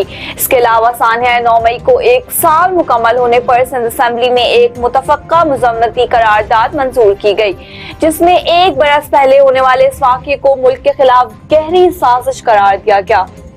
नुकसान देने वाली सारी कंपनियों की अब निजकारी होगी। मुल्की खजाने पर बोझ कम करने का प्लान तैयार। सरकारी कंपनियों की निजकारी के लिए 5 साला प्लान बना लिया गया। निजकारी कमीशन ने सरकारी कंपनियों की निजकारी के लिए 5 साला प्रोग्राम तैयार कर लिया, जिसे आज मंजूरी के लिए काबीना की निजकारी कमेटी को पेश किया जाएगा। नेज कमेटी निजकारी के लिए और आइंदा 3 साल के अहदाफ का तयन करेगी। जराये ने बताया कि IMF ने नए प्रोग्राम के लिए तमाम सरकारी कंपनियों की निजकारी के रोड मैप का मुतालबा किया था। निजकारी कमीशन ने नुकसान वाली सरकारी कमर्शियल कंपनीज की पहले निजकारी की सिफारिश की है। इस वक्त सरकारी शोबे में 87 कमर्शियल कंपनियां काम कर रही हैं। वफाकी वजारतों ने 39 सरकारी कंपनियों की निजकारी न करने की तजवीज दे दी। नए कानून के तहत सिर्फ वजारत खजाना किसी कंपनी को स्ट्रेटेजिक करार दे सकती है। मुज़ाकरात का एक दरवाजा हमेशा खुला रहना चाहिए। चेयरमैन तहरीक इंसाफ बैरिस्टर गोहर खान ने कहा कि तहरीक इंसाफ मुज़ाकरात की हामी है। चेयरमैन PTI का कहना था कि अभी तक मुज़ाकरात के लिए बाज़ाब्ता कमेटी नहीं बनाई गई। उन्होंने कहा कि बातचीत के लिए एक खिड़की खुली रखनी चाहिए, हमें तसादुम के बजाय आगे बढ़ना चाहिए। उनका कहना था कि अली अमीन गंडापुर, उमर अयूब और शिबली फराज के नाम बानी तहरीक इंसाफ ने मुज़ाकरात के लिए दिए हैं कि इनसे मुज़ाकरात हो सकते हैं। जो कहते हैं माफी नहीं मांगते, इन्हें माफी मांगना होगी। गवर्नर खैबर पख्तूनख्वा के फैसल करीम कुंडी ने वजीर आला KP अली अमीन गंडापुर को जवाब देते हुए कहा है कि कानून तोड़ा तो आपको भी जेल में डाला जाएगा। पेशावर में मीडिया से गुफ्तगू करते हुए गवर्नर KP ने कहा कि जो आइन को नहीं मानते इनके साथ मुज़ाकरात नहीं होंगे। जो कहते हैं माफी नहीं मांगते, इन्हें माफी मांगना होगी। वाज़ेह रहे कि वज़ीर आला KP के अली अमीन गंडापुर ने 25 अप्रैल को तकरीब से खिताब में दावा किया था कि वो न सिर्फ इस्लामाबाद जाएंगे बल्कि बानी पीटीआई को वहां से लेकर ही आएंगे। वफाकी वज़ीर तिजारत जाम कमाल ने पाकिस्तान में कई मिलियन एकड़ ज़रई ज़मीन सऊदी सरमायाकारों को ठेके पर देने की खबरों की तरदीद कर दी। वफाकी वज़ीर तिजारत जाम कमाल ने बताया कि ऐसा कुछ भी नहीं है। ज़राअत के शोबे में जो भी सरमायाकारी होगी वो दोनों मुमालिक के सरमायाकार अपनी मुफादात के पेश नज़र तय करेंगे। वफाकी वज़ीर तिजारत ने बताया कि पाकिस्तान अरब मुमालिक के अलावा कॉमनवेल्थ और वसत एशियाई मुमालिक के साथ भी तिजारत का हजम बढ़ रहा है, जिसके मुल्क की मईशत पर मुस्बत असरात जल्द नजर आना शुरू हो जाएंगे। जेलें भरेंगे, गुलामी नहीं करेंगे। जमीयत उलमा इस्लाम के सरबराह मौलाना फजलुर रहमान ने कहा है कि धांधली की असेंबली किसी भी जगह कबूल नहीं, अब फैसले ऐवान में नहीं मैदान में होंगे। पेशावर में जलसे से खिताब करते हुए मौलाना फजलुर रहमान का कहना था कि हम आपको खामोश कराने आए हैं। ये अवामी तहरीक सिर्फ जलसों तक महदूद नहीं रहेगी, बात दलाइल के साथ होगी, धौंस धमकी नहीं चलेगी। उन्होंने कहा कि हमारी तहरीक का काफिला आगे बढ़ेगा। मामला जेलों तक गया तो जेल भरेंगे, लेकिन गुलाम बनकर जिंदा रहने के लिए तैयार नहीं। मौलाना फजलुर रहमान ने कहा कि सिंध, बलूचिस्तान, पंजाब और खैबर पख्तूनख्वा में जाली असम्बलियां कबूल नहीं। ये असम्बलियां हमारी नुमाइंदा नहीं, हम जिस स्टेज पर बैठे हैं ये स्टेज नुमाइंदा है। नान 17 रुपए, चपाती 12 रुपए बेचने का हुक्म, कराची भर में कहीं अमल ना हुआ। नान 30 रुपए तक फरोख्त हो रहा है। कमिश्नर कराची ने नोटिफिकेशन भी जारी कर दिया, अहकामात हवा में उड़ा दिए गए। कमिश्नर कराची की जेर सदारत आटा, चीनी, नान और रोटी की कीमतों के जायजा इजलास हुए। इजलास के बाद कीमतों से मुतालिक नोटिफिकेशंस जारी कर दिए गए, जिनके मुताबिक कराची में तंदूरी नान 17 जबकि चपाती की कीमत 12 रुपए मुकर्रर की गई। रिटेल मार्केट में चक्की के आटे की सरकारी कीमत 123 रुपए फी किलो मुकर्रर की गई। होलसेल मार्केट में फी किलो फाइन आटे की कीमत 120 रुपए जबकि रिटेलर्स के लिए 125 रुपए मुकर्रर की गई। होलसेल मार्केट में फी किलो चीनी की कीमत 137 रुपए जबकि रिटेल मार्केट में 140 रुपए मुकर्रर की गई। आतिशज़दगी के बाद से बंद लाहौर एयरपोर्ट का इंटरनेशनल फ्लाइट ऑपरेशन बहाल। आतिशज़दगी से तबाह लाहौर एयरपोर्ट का इमिग्रेशन सिस्टम रात 10 बजे ऑन कर दिया गया, जिसके बाद अब एयरपोर्ट बैनुल-अक़वामी परवाजों की आमद रवानगी के लिए दस्तयाब है। एविएशन जराये का कहना है कि IMS सिस्टम बहाल होने पर इंटरनेशनल फ्लाइट ऑपरेशन भी शुरू कर दिया गया। कोलालमपुर से बाटक एयर की परवाज OD 131 की लाहौर एयरपोर्ट पर पहली लैंडिंग होगी।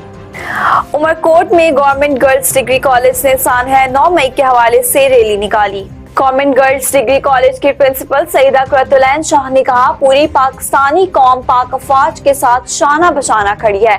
आज हम शुहदा को सलाम अकीदत और खिराज तहसीन पेश करते हैं। पाकिस्तानी अवाम और पाक फौज के बहादुर सपूतों ने अपनी जानें कुर्बान करके दहशतगर्दी का खात्मा किया। पाक फौज और पाक अवाम को लड़ाने की मज़मूम साजिश के पीछे दुश्मन मुल्क का हाथ है। 9 मई को सकूते ढाका की स्याह तारीख को दोहराने की मज़मूम कोशिश की गई। सिंध बिल्डिंग कंट्रोल अथॉरिटी से कुछ कंट्रोल ना हुआ। शहर भर में गैर कानून बिल्डिंग की तामीरात जारी। बिल्डर माफिया भी आवाम को लूटने में मसरूफ। डायरेक्टर SBCA ने भी आंखों पर पट्टी बांध ली। सिंध बिल्डिंग कंट्रोल अथॉरिटी की जानिब से शहर भर में बिल्डर माफिया को खुली छूट मिल गई। शहर भर में बिल्डर माफिया आवाम को लूटने में मसरूफ हैं। शहर में गैर कानूनी तामीरात भी हर इलाके में जारी हैं। मीडिया रिपोर्ट्स के बावजूद आवाम को लूटने से नहीं बचाया जा रहा। जराये का कहना है कि बिल्डर माफिया और SBCA के अफसरान की मिली भगत से शहर को तबाह किया जा रहा है। जराये का ये भी कहना है कि आवाम को लूटने के धंधे की ग्रीन चिट चंद आला अफसरान ने दे रखी है। ईस्ट जोन के 24 सब इंस्पेक्टर को प्रमोट करके इंस्पेक्टर बना दिया गया। नए प्रमोट होने वाले अफसरान को बैच भी लगा दिए गए। ईस्ट जोन पुलिस के 24 सब इंस्पेक्टर रैंक पर प्रमोट हुए। प्रमोशन की तकरीब में DIG ईस्ट ऑफिस में मुनक्किद हुई। DIG ईस्ट जोन ने प्रमोट होने वाले अफसरान को मुबारकबाद दी और उनके लिए नेक तमन्नाओं का इजहार किया। DIG ईस्ट जोन ने मजीद इस उम्मीद का इजहार किया कि नए प्रमोट होने वाले अफसरान इंतहाई मेहनत, जाफिशानी और ईमानदारी से अपने फराइज सर अंजाम देंगे। मलीर में महकमा तालीम सिंध के जानिब से 9 मई के हवाले से रैली निकाली गई। रैली में पाक फौज जिंदाबाद के नारे लगाए गए और शहदा को खराज तहसीन पेश किया गया। महकमा तालीम सिंध की जानिब से 9 मई के हवाले से मलीर भर में रैलियां निकालकर पेश आने वाले वाक़े की पुरजोर मजम्मत की गई और शहदा की कुर्बानियों को याद करके पाक फौज के हक में नारे लगाए गए। गांव बाहों फकीर अबरों में लिंक रोड का काम जारी है। प्राइवेट ठेकेदार सरकारी मशीनरी इस्तेमाल कर रहा है, लेकिन कोई रोकने वाला नहीं। गांव बाहों अबरों में लिंक रोड की तामीर का अनोखा सिस्टम सामने आया है। सड़क की तामीर का ठेका तो प्राइवेट ठेकेदार को दिया गया, लेकिन ठेकेदार मशीनरी सारी सरकारी इस्तेमाल कर रहा है। जराये का कहना है कि इस तरह सरकार को नुकसान भी हो रहा है। ठेकेदार के ज़रिए इस्तेमाल रोलर और वाटर टैंकर वगैरह शामिल हैं। कितना कमाया कितना गवाया, पाकिस्तान सुपर लीग 9वीं एडिशन से मुनाफे और नुकसानात की इब्तिदाई तफसील मंजर आम पर आ गई। सराय ने बताया कि मजमूई तौर पर सेंट्रल इनकम पोल में 7 अरब रुपए से जायद रकम जमा होगी। हर फ्रेंचाइज के हिस्से में 58 करोड़ रुपए से जायद रकम आएगी। अलबत्ता खिलाड़ियों के मुआवजे, होटल में कयाम, एयर टिकटिंग वगैरह के अखराजात 55 से 60 करोड़ रुपए तक के होंगे। हर टीम का अलग हिसाब होगा। इसके बाद जब फ्रेंचाइज फीस मना करें तो कई टीमें खसारे में चली जाएंगी। फ्रेंचाइज को अपनी स्पॉन्सरशिप से भी टीमों को रकम हासिल होगी। कम से कम 3 टीमें मुनाफा हासिल करेंगी, जबकि मुल्तान सुल्तान समेत दीगर को नुकसान होगा। लाहौर कलंदर्स और कराची किंग्स को भी खसारे का सामना हो सकता है। अलबत्ता इस्लामाबाद यूनाइटेड और कोयटा ग्लैडिएटर्स और पेशावर सलमी को मुनाफा होगा। क्रिकेट बोर्ड की काविश कामयाब, मोहम्मद आमिर को आयरलैंड का वीजा मिल गया। फास्ट बॉलर सीरीज में अपने जौहर दिखाएंगे। पीसीबी के शोबे लॉजिस्टिक को मोहम्मद आमिर के लिए फ्लाइट बुकिंग का टास्क सौंप दिया गया है और इनकी जल्द डबलिन रवानगी के इंतजाम किए जा रहे हैं। वाज़ेह रहे कि वीजा मसाइल की वजह से मोहम्मद आमिर टीम के साथ डबलिन नहीं जा सके थे। टीम अरकान के साथ मोहम्मद आमिर की वीजा दरख्वास्त भी जमा करवाई गई थी, ताहम आयरलैंड एम्बेसी ने इन्हें वीजा देने से इनकार कर दिया था। अब अमेरिका की सड़कों पर भी रक्षा चलेगा। सोशल मीडिया पर रक्षा की वीडियो वायरल। हाल ही में एक सारिफ ने सोशल मीडिया पर वीडियो शेयर की, जिसमें कैलिफोर्निया की सड़कों पर एक सियाह और पीले रंग के रवायती रक्षे को चलते हुए देखा गया। शेयर किए जाने के बाद से वीडियो पर अब तक 8 लाख से ज्यादा तबसरे और 22,000 लाइक्स मिल चुके हैं। न्यूज स्टूडियो से फिल वक्त इतना ही। मजीद खबरों और अपडेट्स के लिए विजिट कीजिए हमारी वेबसाइट sag.tv और इसके अलावा आप हमें YouTube और Facebook पर भी ज्वाइन कर सकते हैं। अपना बहुत ख्याल रखिए। देखते रहिए south Asia global TV.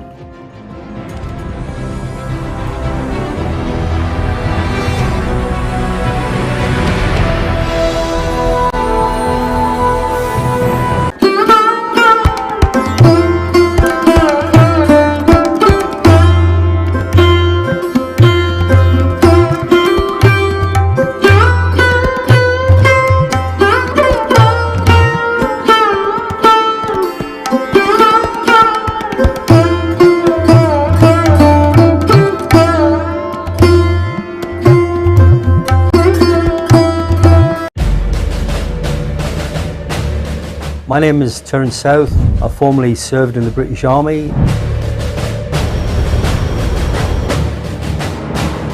We had to go down as the muscle squad and go on, you come with us.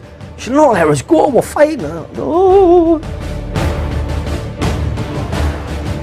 I could communicate, I had all the skills for the wirelesses, the radios. I could do that, that was no problem. I could do that blindfold. Second World War, understood where you were and what you were doing, where your head was.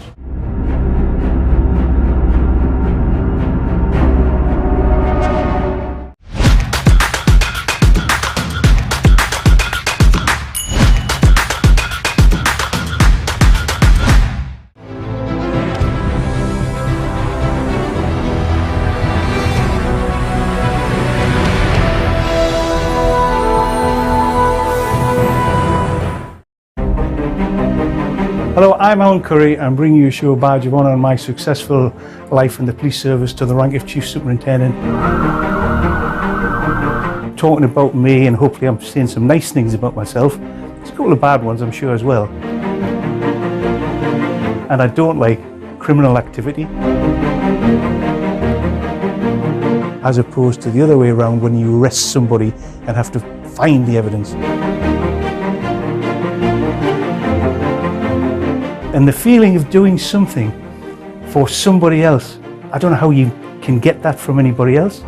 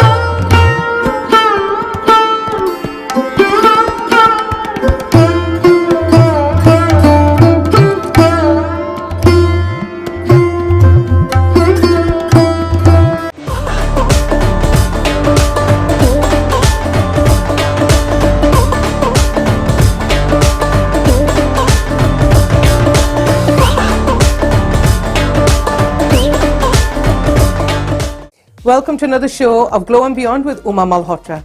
I'm going to speak to you today about facials. Facials is a massive topic. I can go on and on, but today I'm only going to speak to you about the facials we provide at Cover Beauty. We provide Repicharge O3 facials, we provide hydrofacials, we provide microdermabrasions. We have facials which are done by the hand, and we have facials which are done by machine. Both are very important, and it's very important to research what facial is good for you. Which facial is the best for your skin? Why is it the best for you? Why should I get that facial? Why should I go for a Repicharge facial then an O3 facial? You should ask me the question, why? Then I will explain to you the products we use, the products which are in that facial. Repicharge is a seaweed facial, which is very good. It has steps to be done, the mask, it comes with a steamer, so you need to steam the client, exfoliate, take the dead skin out. This is all done by a technician who is qualified, who has been trained by the company, who knows which product to use when and which product to use on which client. Nobody has the same skin type. You could have dry skin here and you could have oily skin on your forehead. We know what to use on that skin type. You might think you have combination skin, but you might have dry skin. There's dry skin, there's combination skin, there's acne skin, you might suffer from redness. We could go on and on about why we should get facials and what type of facials is good for you. So that is very important, that you go to a salon who is, do your research, why that salon is good for facials, feedback, what products they use and what training they've had done and why they use that product. These questions are very important before you decide to go for a facial.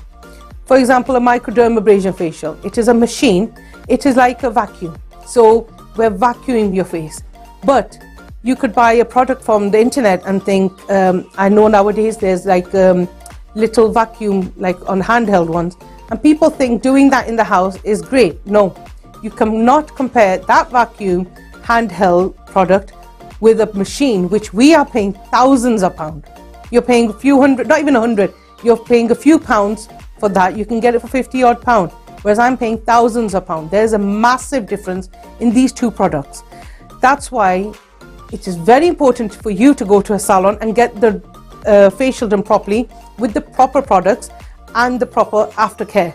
So when we use the microdermabrasion machine, we are taking a layer of your skin off, because it's taking all the dead skin off, and you will be able to see the dead skin because the crystals which are boosted into your skin, they literally come out dirty, so you can see them. We will show them to you.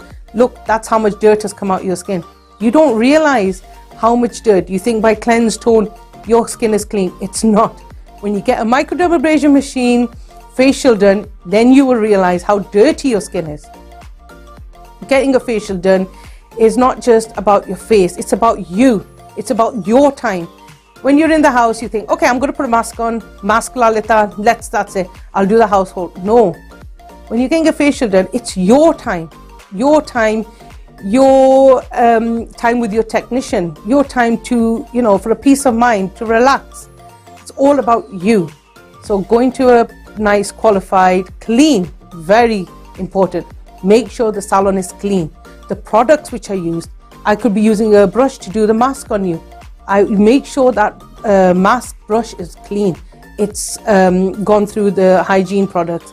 The sponges on you, we use a brand new sponge on every client. I will not use the same sponge on 2 clients. No way. After the sponge is used, I throw it in the bin. So that is very important, because if I'm using a sponge on your skin and cleaning it, by washing it under the sink does not make it clean. It is dirty. It's got the client's dead skin cells on that sponge. It has to be thrown away. These are very important things you need to, consider when you're choosing to go for a facial.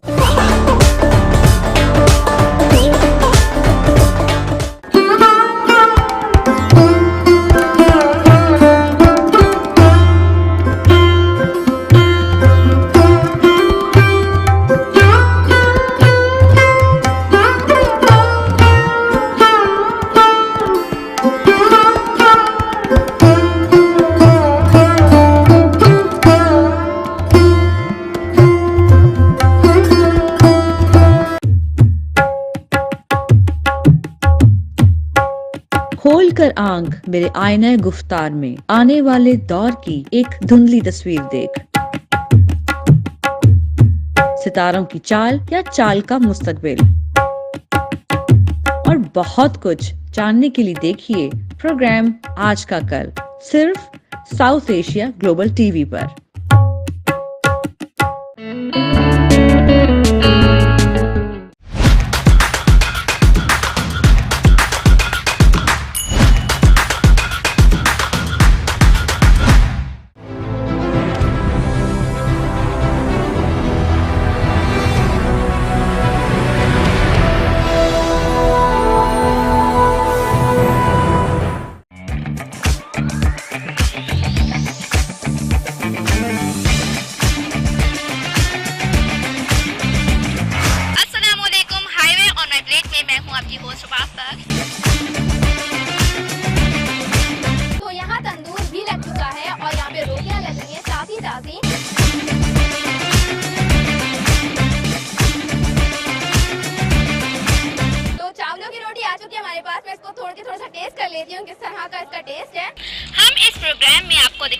Karachi से लेकर खैबर पख्तूनख्वा के ढाबों की रिवायात।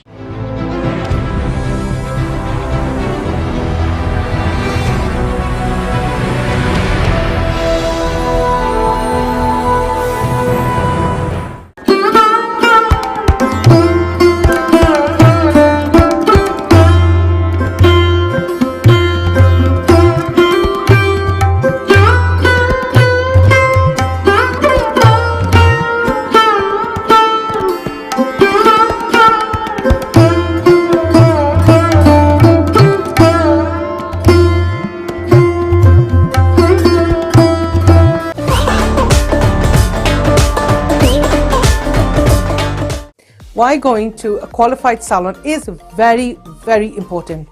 For example, you can get, there are salons who do a facial for £25, whereas a rapid charge facial, 4-layer facial, in my salon is £70, and we will not discount it because you are paying for what you get.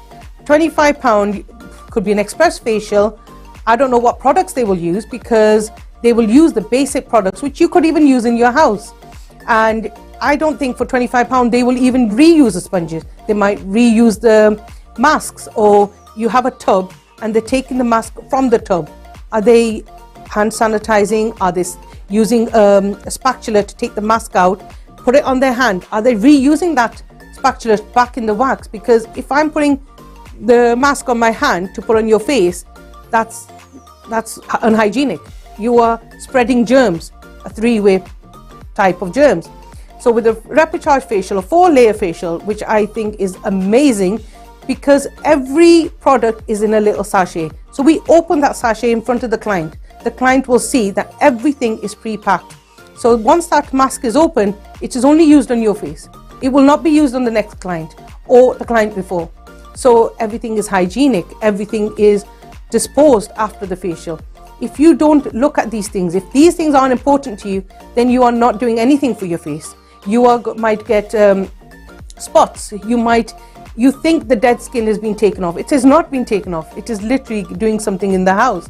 When you are going for microdermabrasion, your dead skin has been taken off. We have a consultation. Why is this facial good for you? I want to know, what do you want from this facial? Then I would recommend which facial to go for. When you're going for an express facial, which is on a discounted price or on an offer, they don't do that research. They won't sit with you for 15 minutes to ask what you want from that facial. What are your main concerns about your face? What is it that you're after? For them, it's 35 minutes, facial, money in the bank, simple. Not for me. For me, it's about what you are looking at for the facial. Why is it you need the facial? What are the results you're looking at? You will not get a facial and then expect your face to be amazing with a £25 facial. For example, I had a client who had her facial done and came to me and said, I've just had a facial done, but I'm ended up with the acne. And her face was red and she had spots. And she goes, I don't suffer from spots. I've never had it before. So I asked her, where did you go? She told me, which I will not say. And I asked her, what products did they use? She goes, I don't know. I said, did you get a consultation? She goes, no. I was taken into the room. She did the facial and I left and paid. I said, so no consultation. I said, you don't know what product they used. Maybe you were allergic to the product. Maybe something was in the product that's had a reverse effect on your face. Nothing. When you come to our salon or any qualified salon, after you do your research, you will know. First, very important thing is consultation. We need to know what type of skin, what is your main concerns about your skin. So this lady ended up with acne. So her face was clear when she went in the salon. When she came back, after the day, she ended up with spots on her face. So she came to me and I then gave her the remedies. I sold her products because she had the trust in my product. Because I told her why this product is good, what benefits she will get from these products, and why and how to use it actually, and why to use it. And to be honest, after a week, she came back and she goes, I can see the results. I said, please just keep using these products. The acne will go down and you'll be back to fine. Now she's my regular customer and she's been coming to me for over 6 years.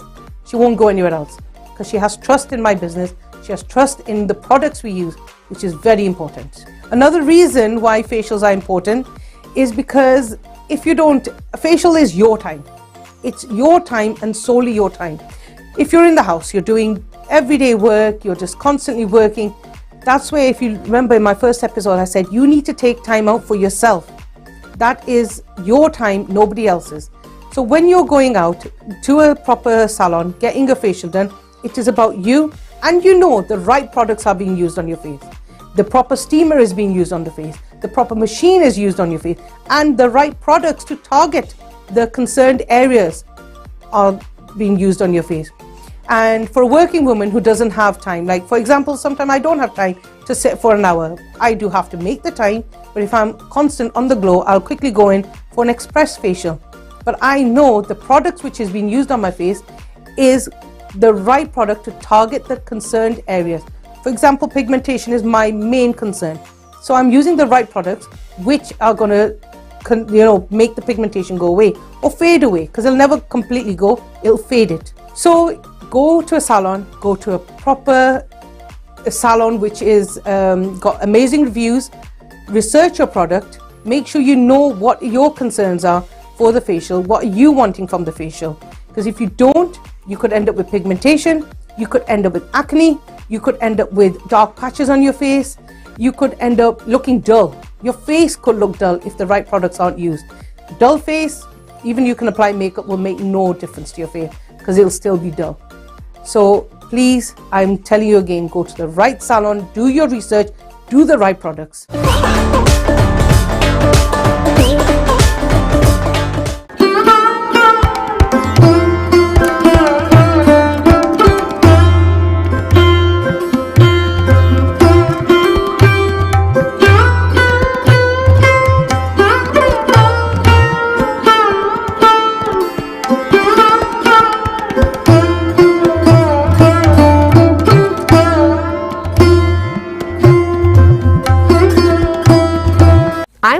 Ahmed. I'm a psychotherapist, a personality coach.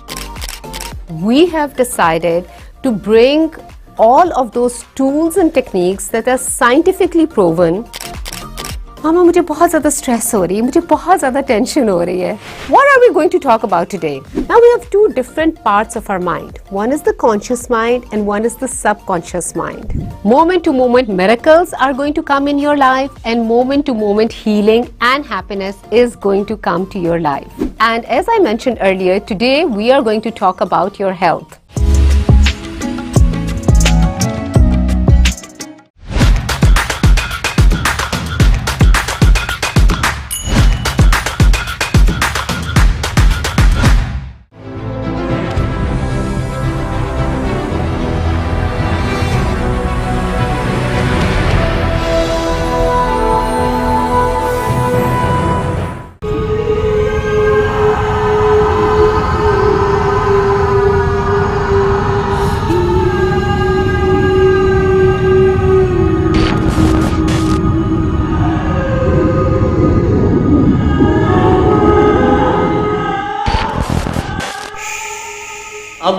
Allahu, Allahu, Allahu, Allah, Allahu, Allahu, Allahu, Allah, Allahu, Allahu, Allahu, Allah, Allahu, Allahu, Allah.